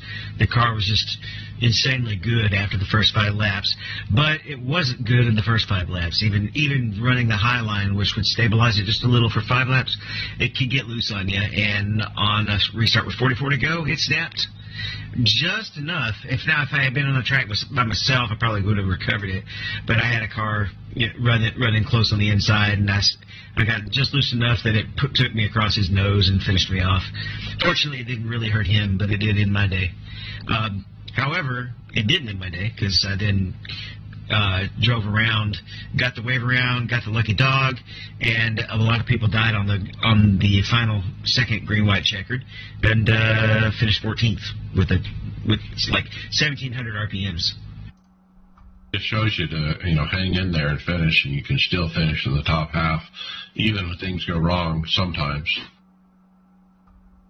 Kyle, you showed why we added you to this team, P5. Yeah, started out, qualified P11, and We got 2 early cautions within the first 10 or so laps of the race. After that, we went green flag. I started losing count of the laps. It felt like it was never going to end. And I fought my way all the way up to P4. I kind of held back for the first probably 15, 20 laps, taking it easy, and then used that to my advantage to start making up some time and position up on the track. We went into pits on the final pit cycle under green, came out with about a half a lap, and they threw a caution. So I cycled back around out of 8th to go up to, I believe it was P6 or P5, and battled back and forth with a few guys, and finally finished up with a P5. Nice run. I got a P6. I had some early damage and early caution. Ended up in the back, but worked my way up. And green flag runs that were well over 100 laps, but it did cycle out in my favor to a P6. Every time we went through a green flag cycle, I gained spots, and that just worked out. And, man, I'm happy with the P6. Tony Rochette wrecked. Good long run, was running down 4th with 24 to go, and just throttled it into the wall. And Tony had some problems speeding on pit road, and he's got to figure that out.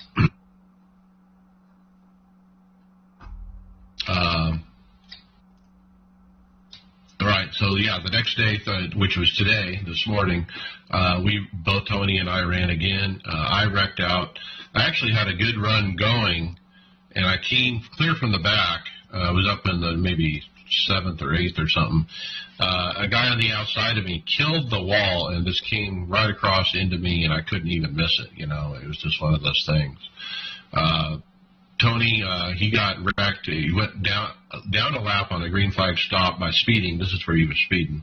He did get his lap back via a wave around, and then on a restart, they wrecked in the front, and I zigged to the right into the wall while P8 Gerg, he says. Let's talk official. As I mentioned, I ran week 13 Dallara IR01 Battle of the Little Wings. I actually ran 2 and wrecked out. It was really, really, really hard with the slower cars out there, but that actually made it really, really fun to try to pick your way through them. Man, it was a lot of fun. Everyone who ran that had a great time. And then once the week started, after week 13, I ran the Watkins Glen in the same car, official. I probably did 20 practice laps and then started the race. There were 6 people only. I qualified 5th and wrecked on the first lap. Tanner McCullough from iRacing staff was in the race with us, and he actually gave us some tips about the tire compounds. You actually have to pick medium, soft, or hard in the setup screen, whatever tires you qualify on or the tires you have to start on. So we were changing after, like we were going soft for qualifying and trying to switch to medium for the race, but he indicated that doesn't work.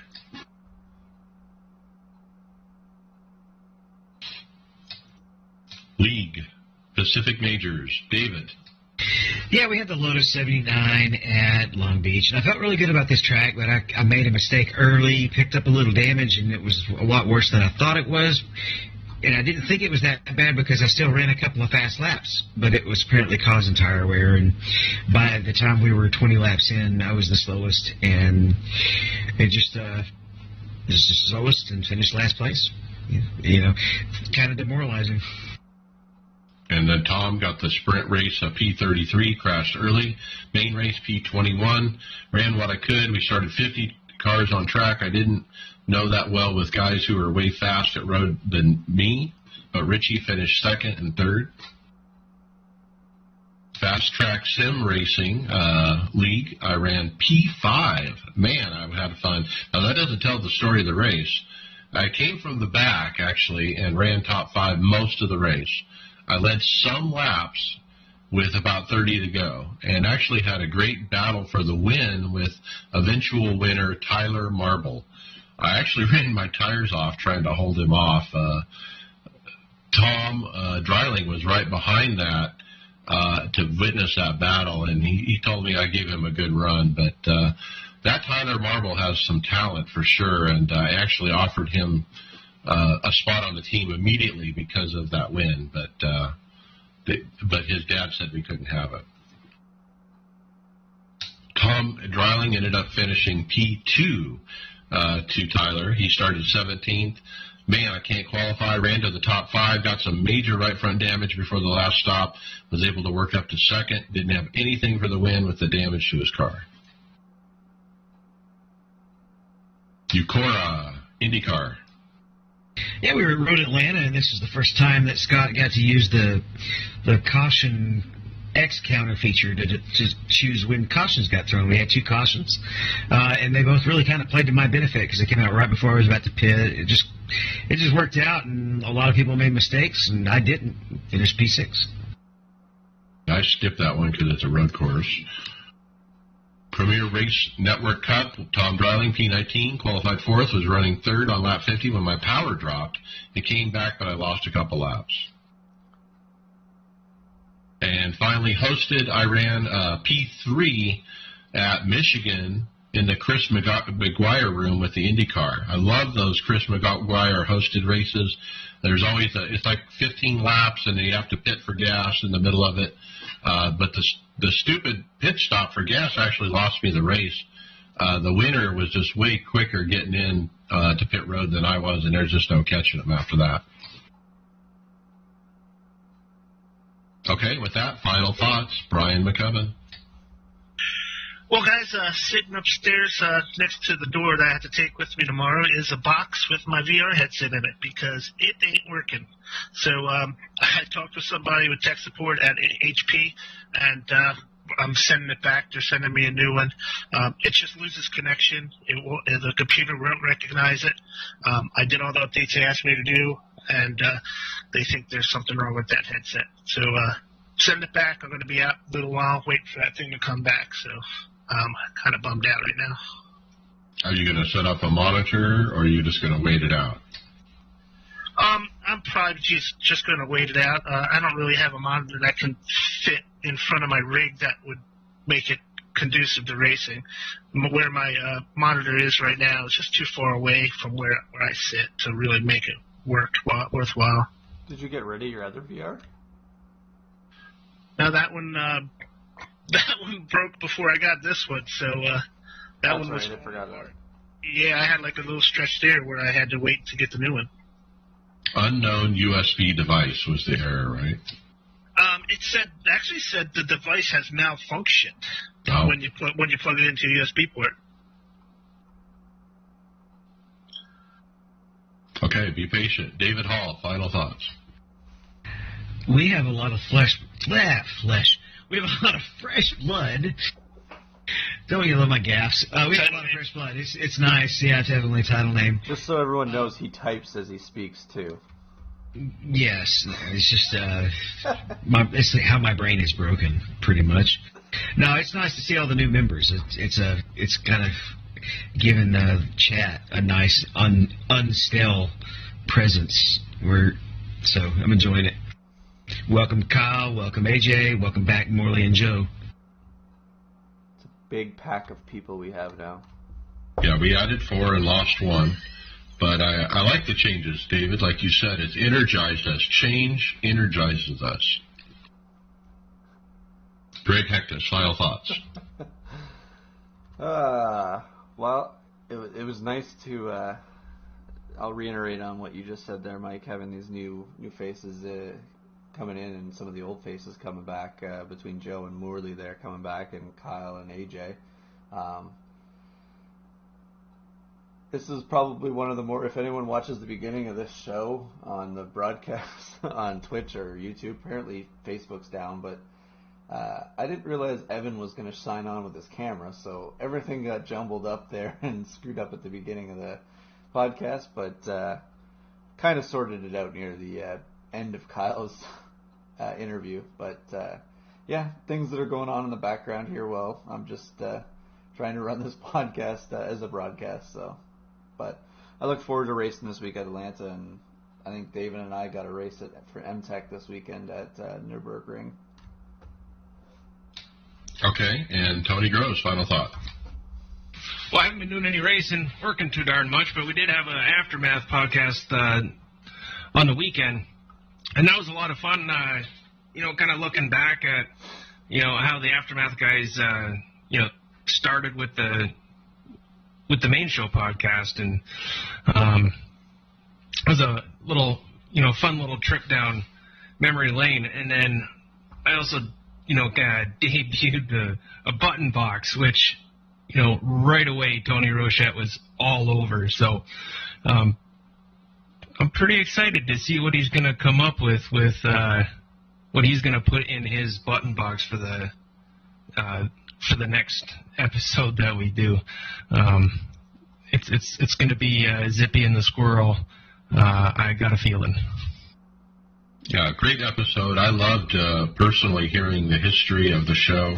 I usually don't think about the past much, so it was neat to hear you guys and what you thought about the first time you were on, and it kind of brought back some memories for me as well. So, yeah, thanks, Tony. Great show. Did you happen to have eggs for breakfast? No. Okay, and then Kyle Pendergraft, thanks for joining the team and being our special guest and continuing a host for the show. What are your final thoughts? My final thought, actually, is I just want to thank all of you all for allowing me here on the team. I appreciate it. Hope I make you all happy and proud, and I look forward to every week. All right, we're happy to have you. Okay, my final thoughts. Man, my wheel, I think I finally got it resolved. I've been having problems where the force feedback would stop in the middle of the turn, or the pedals, or the shifting paddles would stop working, and the buttons would stop working, and I couldn't shift out of fourth gear, and just nonsense. And so I've been following a Facebook group called High-End Sim Equipment or something like that, and there were several people in there that had the issue, and one guy said he contacted Fanatec. Fanatec told him to update the drivers and the firmware to fix it. So I decided I'll do it, and I did. And it wasn't easy, but basically what happened is it wouldn't install the firmware if the graphics card was running. So I had to basically reboot and disable the graphics card and have no video. I used my phone to remote into the computer, do the firmware update, then reinstall the NVIDIA graphics to get it fixed. But it's fixed, and it's ran perfectly ever since for like 3 days in a row. So knock on wood, I got it fixed. Other final thought is so happy to have another P6 2 weeks in a row at NIS. Feeling good. I'm finally turning the corner there on the luck. And man, that Dallara IR1, I didn't realize how much fun I was missing by not driving that car. I am not a road guy, and I don't like road courses necessarily, but man, I love driving fast cars. And you guys just got to try it. It's unbelievable. And with that, we'll see you on the track later.